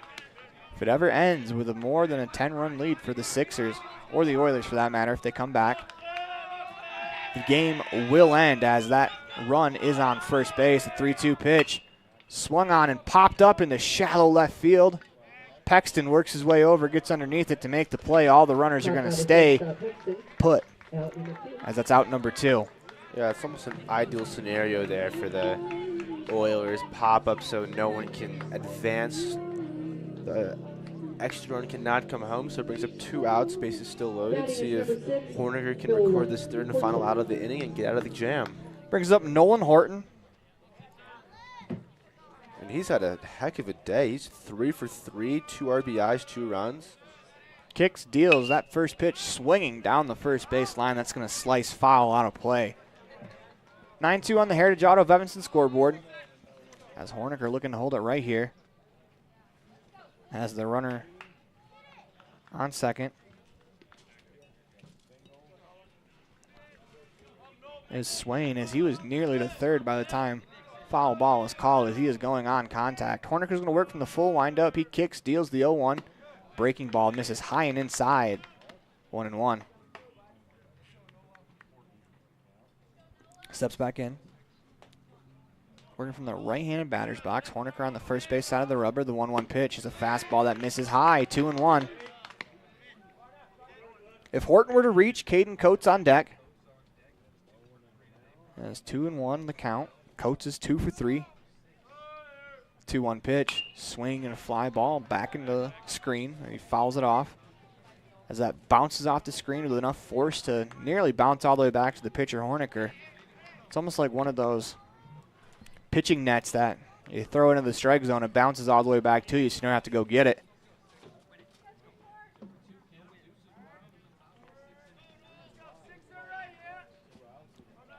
As Horton works his way back into the box. 2-2 the count. 2 outs. If you're Horniger, you want to get him on this pitch. 2-2 pitch, swing and a line drive down the first base line, foul. Don't want to go 3-2 because that will release the runners, and working out of the windup, that run on second base is almost nearly guaranteed to score. There's a base hit. Yeah, big pitch coming in from Horniger. See if he can keep it in the zone with this fastball. Into the windup, kicks, delivers the 2-2. Swinging on the ground to the second baseman, Wilcox. He fields on a thigh-high hop. Flips it over to first for out number 2 as Horniger escapes the jam. As you are watching the 2023 AA State Tournament Championship game brought to you by Buckle Up for Life Wyoming on mylocalradio.com. We come back, we will have Saxon Smith, Hunter Houck, and Sawyer Nielsen due up for the Oilers. They say the 3 most important things in life for many people are their faith, their family, and their high school sports. And not necessarily in that order. Advertise where you will get noticed. Call My Local Radio and become a sports advertiser today. Ready has provided safety and excellence in industrial construction and support services since 1982. From insulation and scaffolding to paintings and coatings, our crews are standing by to assist with new construction, maintenance projects, facility shutdowns, and more. Contact us today to ensure your assets are protected and functional. Interested in joining our team? Visit ReadyUSA.com. We are ready.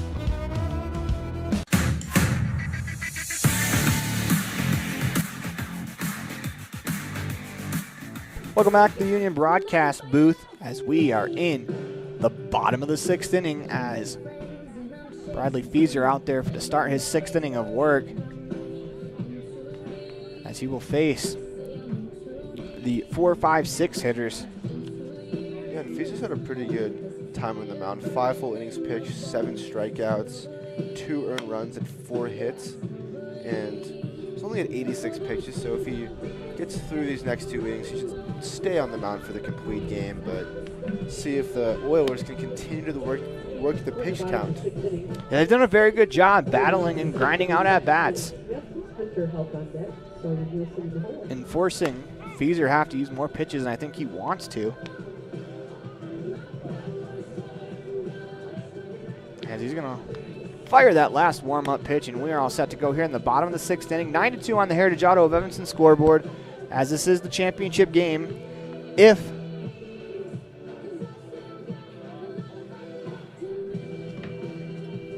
the Cheyenne Sixers are able to hold on and win this ball game, that will be it. If the Oilers can mount a comeback here, that means we'll go to a game 2.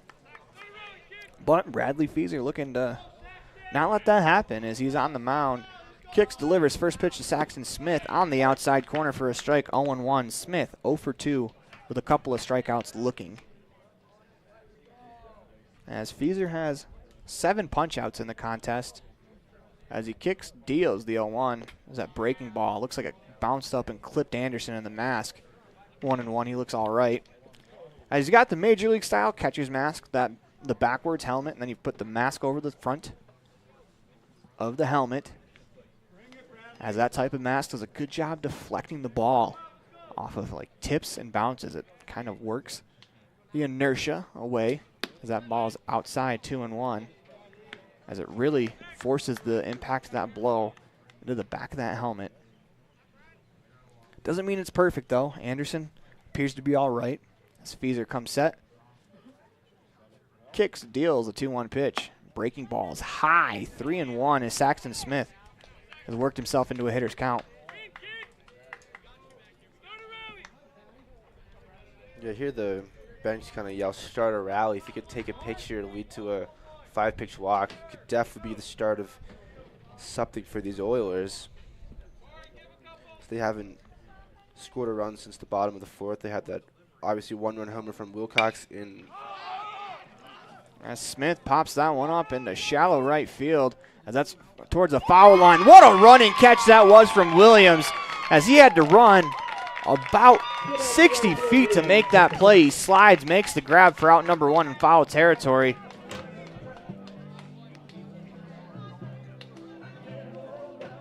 Out number 1 on the fly out. What a play that was. Yeah, great show of athleticism there from Williams. Massive sprint, good diving catch. First out of the bottom of the 6th. Brings up Hunter Houck. Fastball on the outside corner, 0-1. And you know, despite the score, there's been some really good defense on both sides. There's been a diving catch at first by Swain. He had a couple diving plays, actually. A diving play out in right field for both teams, as that's a curveball on the outside corner, 0-2, as Williams makes that play. But Jack Nichols, before he was lifted for a pinch hitter, he made quite a few really good running catches. In fact, he made a diving catch as well. Feeser comes set, the 0-2 pitch. Swing and a ground ball to the shortstop. McAnally fields on the backhand, throws across the body, and that is not in time, as Houck will be awarded an infield single with the hustle there. That's a tough play for McAnally, as Houck got down the line pretty quickly. He's now 2 for 3 in the contest. Yeah, you can see both the third baseman Tafoya and pitcher Feeser kind of looking at McAnally like, what are you doing? He tried to make that look a little bit too relaxed there, throwing on his off foot, but I'm not sure if he can make that play any other way. Just how fast that Houck was getting down the line. I think it was more of that pitch was on the inside corner, 0-1. But there was definitely a little bit of show of body language from Feeser at Tafoya, kind of like could have made that play a little bit faster, but. Well, goes an infield single, as Houck has actually been on base all 3 times. That pitch is fouled straight back, 0-2. It's a real tough play, though. I mean, wasn't a particularly hard hit ground ball. It's deep in that 5-6 hole. Yeah, and he's coming away from first base on his back foot. Only way he could have made that throw was just a monster throw, but. As the 0-2 pitch to Nielsen, just off the plate outside, 1-2.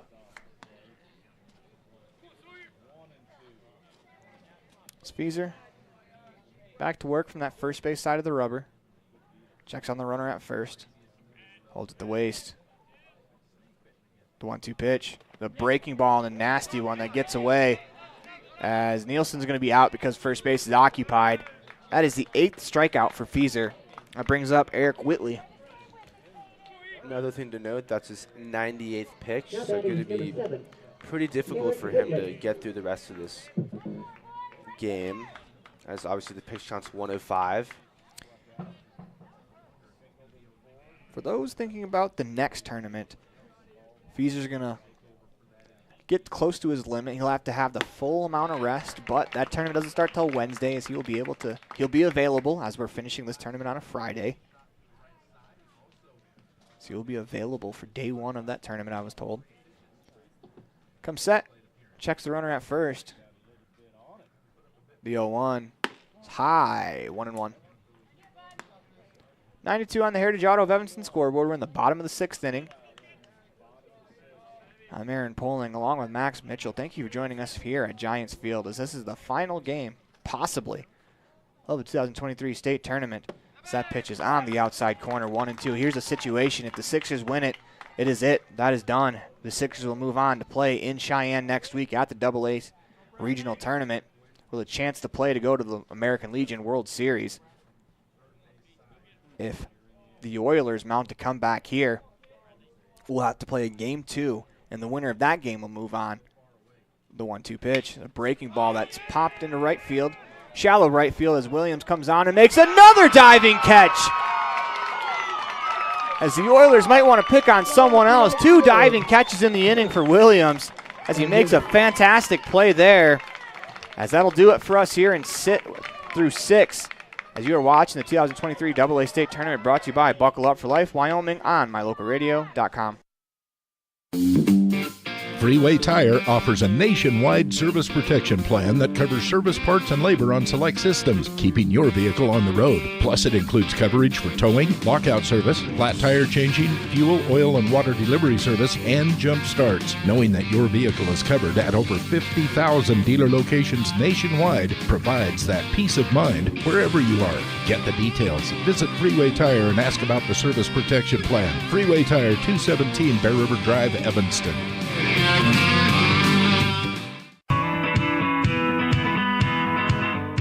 Western Wyoming Beverages has been proudly owned and operated in Wyoming for over 50 years, providing reliable service, friendly staff, and the nation's top beverage products, including Pepsi. We always strive to be the premier business partner for our customers. Western Wyoming Beverages services Rock Springs, Green River, Jackson, Evanston, Kemmer, Pinedale, Wamsutter, Big Piney, Mountain View, and Lyman.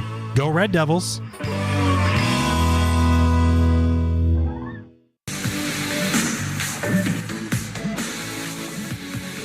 Welcome back to the Union broadcast booth as we work our way to the top of the 7th inning. 9-2 on the Heritage Auto of Evanston scoreboard as the Oilers looking to hold the Sixers off the board here. If they want to mount a comeback, they're going to want to try to hold them here, put a 0 up on the board, as it'll be tough to get 7 runs in the bottom of the inning, but it'll be even harder to get 8 if they allow one. So the job here for Horniker is to hold this offense to 0, as it finally got me again. As that pass ball, I didn't see the ball coming. There's a big giant net and a window in front of me, and I flinched.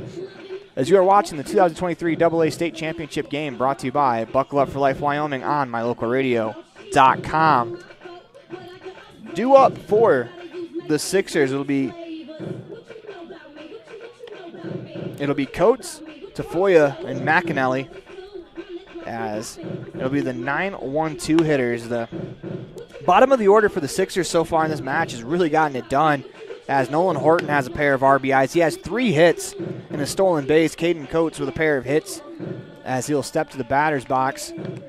Mason Tafoya doing it as well. Started this game with a solo home run, and of course, Coulter McAnally hit a home run in the 6th, as the offense for the Sixers really exploded here in this match, or in this game.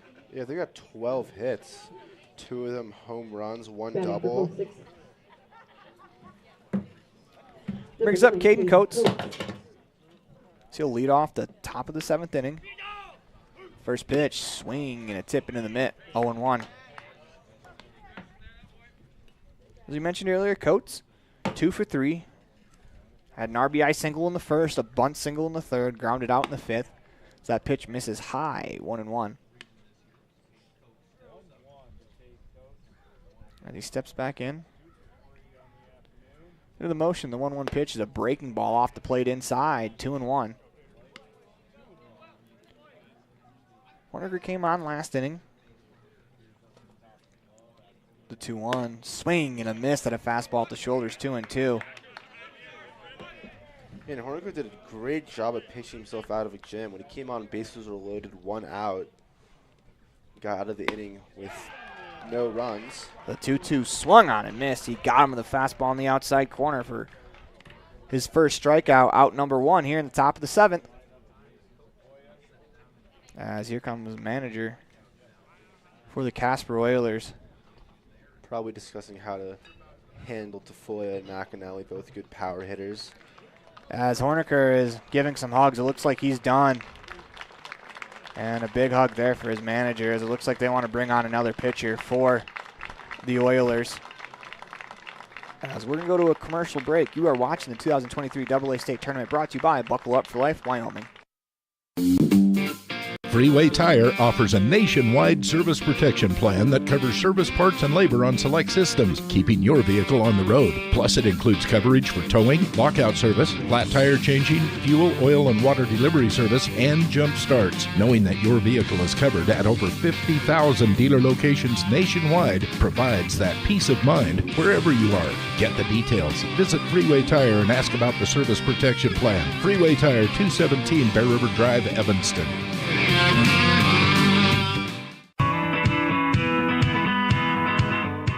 Western Wyoming Beverages has been proudly owned and operated in Wyoming for over 50 years, providing reliable service, friendly staff, and the nation's top beverage products, including Pepsi. We always strive to be the premier business partner for our customers. Western Wyoming Beverages services Rock Springs, Green River, Jackson, Evanston, Kemmer, Pinedale, Wamsutter, Big Piney, Mountain View, and Lyman.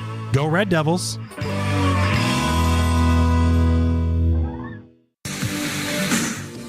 Water testing, community enhancement grants, seedling trees and wildflowers, classroom lessons and specialty workshops, composting and conservation of water and soil. The Uintah County Conservation District is here to serve Uintah County residents. Visit our website today, uintahcountycd.com.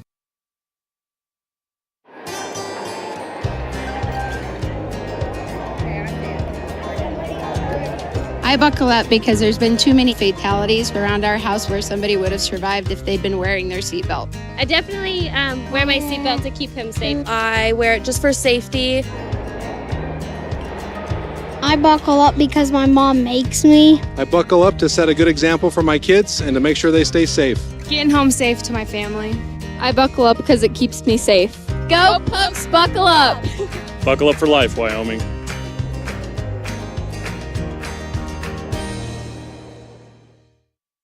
Welcome back to the Union broadcast booth. First pitch swinging for Mason Tafoya on the ground. The shortstop Paxton as that one eats him up off his wrist into the outfield. That'll be an E6 as Tafoya reaches base the third time today. This brings up Coulter McAnally. He homered his last time up. The pitch, breaking ball, swing and a miss. As the new pitcher Namkin, 2 pitches in, drops that nasty breaking ball, and he threw that a couple times in his warm-ups, and it slipped out of his hand. That was good to see that one come through with that sharp break. As the pitch is low, the throw down to the second base, not in time, as Tafoya has himself a stolen bag. Tafoya with the steal to second. As McAnally will step back in. Now he has a runner on second, 1 out in the inning. As the inning started with a Caden Coates strikeout. A pitching change going to Namkin. An error as McAnally is going to be able to jam or fist that one out into center left field. As Tafoya is going to come around to score 10-2 on the Heritage Auto of Evanston scoreboard. As McAnally didn't hit that one hard, but he hit it in the right spot. Strong enough to be able to fight that ball off into left field. 10-2 on the Heritage Auto of Evanston scoreboard. As that's McAnally's 3rd RBI of the day. Yeah, it brings him to 9 this week. Had 6 coming into today. Yeah, we talked about who could possibly be the tournament MVP and how it was close between him and Swain. And I think after today for McAnally, it's probably going to be him as that pitch misses high, ball 1.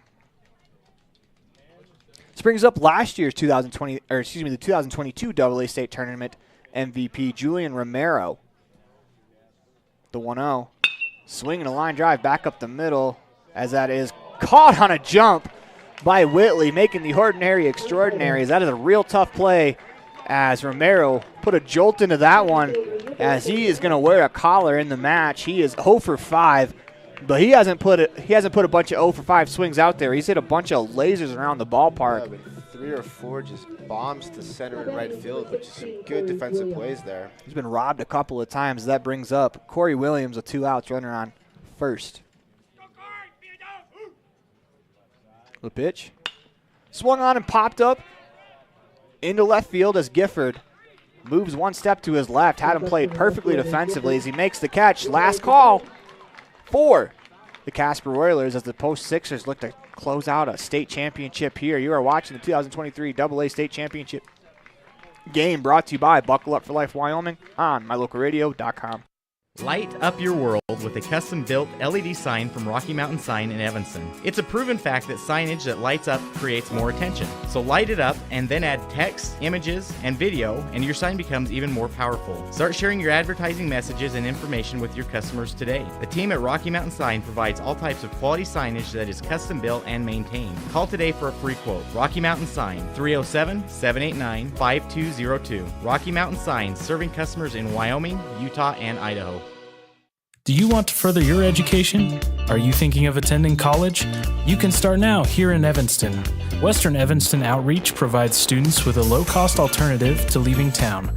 Western offers a variety of degrees including nursing, EAS, and our brand new cybersecurity, also offering a variety of certificate programs that can be completed all right here in Evanston.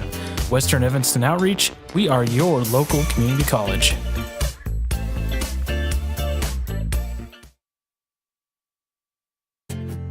From one corner of the state to the other, over 82% of Wyomingites wear their seatbelts.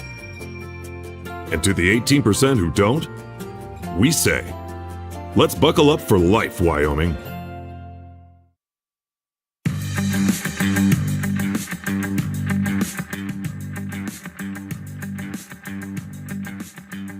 Welcome back to the Union broadcast booth as we are set up here at Giants Field. It's been a wonderful tournament and a beautiful stadium here in Jackson as the backdrop has been great. I mean, we've seen some really good baseball this week. We've seen some really good baseball today despite the 10-2 score. There's been 3 home runs in the game today. They've all been absolutely crushed as we've also had some really good defensive plays. Think back to the last inning, Corey Williams with a couple of diving catches out in right field.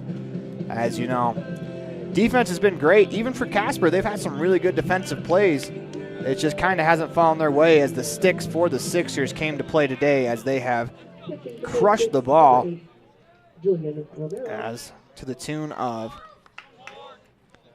13 hits in the contest, as there's been 1 error charged to the Oilers in that last inning. As Julian Romero is the pitcher for post 6 as we have some defensive changes as Ethan Reisdorfer moves from left, Romero from left to the mound. As he kicks, deals the 1-0. It is high, 2-0. It'll be Romero's task to close out the state title game for the Sixers. As Christensen, the batter, he's pinch hitting. Kicks, deals, the pitch is high. Ball 3. As he's replaced Bryce Lachlan. 3-0 the count.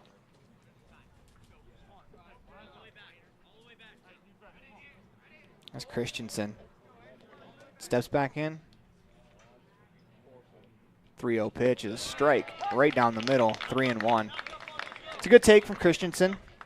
You're not going to be able to get all those runs back in one swing, as they do need base runners, as we can officially close the book on Bradley Feaser, as the 3-1s fouled straight back, 3-2. Feaser goes 6 innings pitched, allowed 5 hits, 2 earned runs, struck out 8, as Romero will come on for the 7th inning. The lefty works from the first base side of the rubber, kicks, deals the payoff pitch, swing and a line drive into shallow right field, as Williams is not going to be able to get to that one, as a leadoff single for Christensen. Surprised there were no more heroics there from Williams in right field. He's made a couple of impressive plays today, 3 that I can think of. I was going to say, if he's not getting the ball today, nobody is, as that one was more of a blooper over the head of the second baseman, as that was a real good piece of hitting there by Christensen with 2 strikes. This brings up Stokes, playing right field. He's 0 for 1.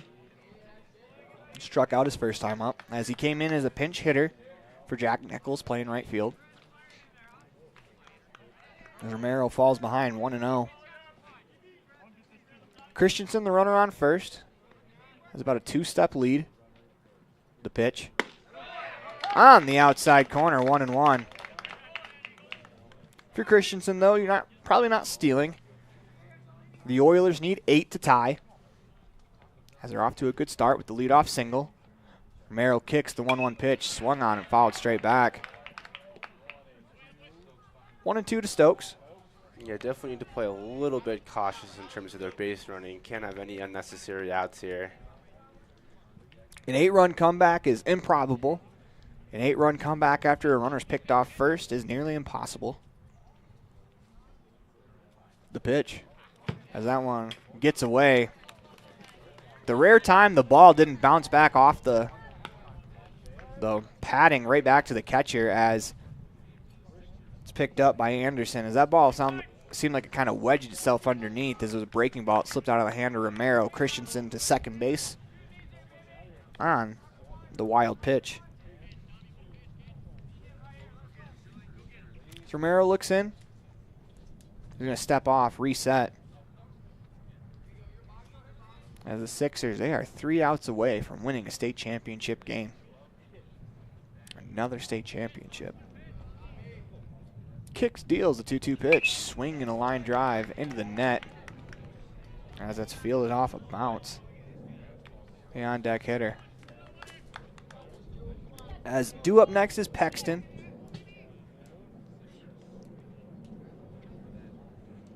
As Romero looks in. Holds the belt. Kicks, deals a 2-2 pitch.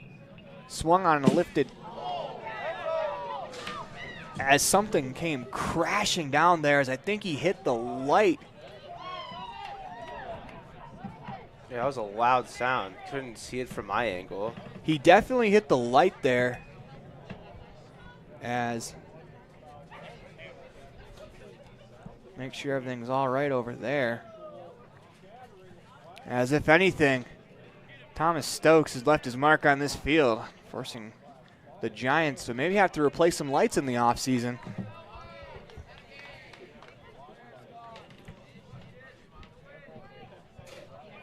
As we're ready to go, appears that everyone is all right down on the first base side of the field. Kicks, deals a 2-2 pitch. Swung on and fouled towards that same exact light pole again. This time he misses it. 3 straight fouled off right at that light pole. What are the odds? Yeah, Stokes is battling. This is his last at-bat of the year. He's not going down without a fight. And you wouldn't expect these Casper Oilers, too, as they are a scrappy bunch, as they have scrapped and clawed their way all the way here to the championship game. They're here for a reason. It's because they are a fighting team. It's Romero comes set, kicks, deals a 2-2 again. That's outside, 3-2. Nobody out in the inning as Stokes looking to find his way on base.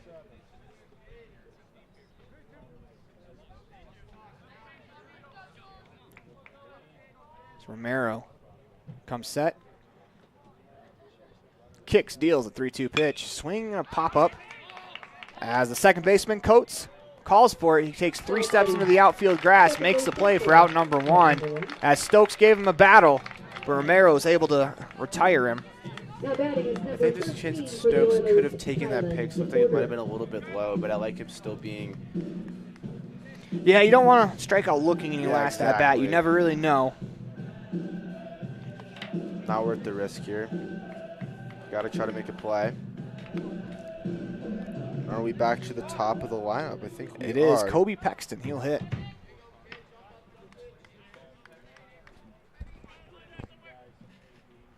Romero kicks, deals the pitch outside. Ball 1.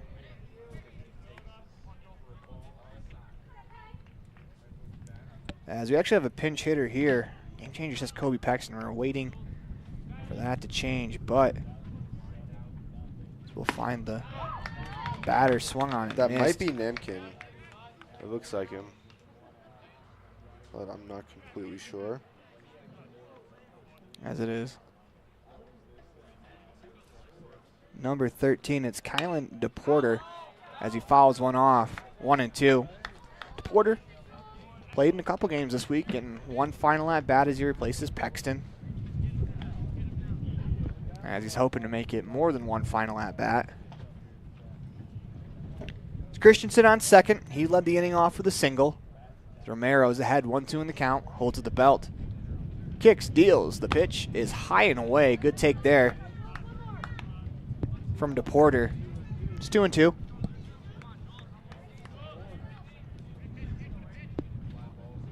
Kicks, comes set, kicks, deals.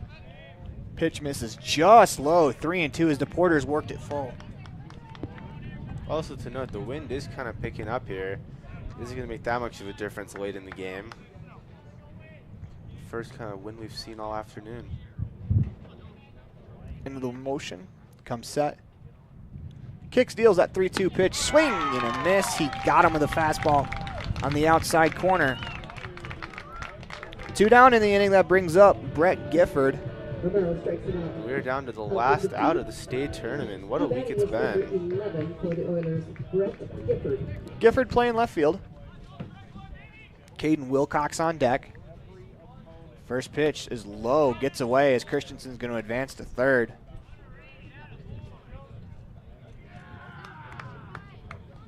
As it hasn't been textbook for Romero so far. Pitch count getting up there for an inning. But he's ahead 10-2 on the Heritage Auto of Evanston scoreboard. Doesn't need to be textbook, just needs 3 outs. Now he just needs 1. The pitch on the outside corner, 1-1. As the next pitch Romero throws will be his 20th of the inning. As he holds at the belt. The 1-1. Swing and a line drive into center field. As moving over is the center fielder Horton, and the Post Sixers are your 2023 AA state champions, as they are going to advance on to the AA regional next week as they dogpile in the middle of the field. The last one of the dogpile is ironically Horton, who made the play, jumps on top as they are going to celebrate on the field as they are your 2023 AA state champs. But man, what a week it was for the Casper Oilers, though. They get all the way here as they had to battle and scrap just to get here. They're going to be a little bummed out they didn't win, but there's really nothing to hang your head out if you're them. They made a couple of upsets. Beat the number 1 seed Sheridan Troopers, knocked off the number 3 seed Gillette Rough Riders yesterday, so they should certainly be proud. They fought in both of these games against the Cheyenne Post Sixers, just couldn't get it done against the best team in the state. I don't blame them for that. Yeah, this is it's one of those weeks that you can build off of as a program for Casper, and then Cheyenne, obviously, for them it's been about getting to the American Legion World Series, as they were very, very close last year. In fact, they had the lead in the 7th inning, as they will look to do so in Gillette next week, as we'll have all of those games for you on mylocalradio.com. As we want to thank you for watching the 2023 AA State Tournament, brought to you by Buckle Up for Life Wyoming. As we go to our postgame show, it is time for your Jimmy John's Freaky Fast recap, as the Sixers score 7 in the first, which is really the difference in this ball game. They scored, the Casper Oilers were able to get 1 back, make it 7-1 after 1.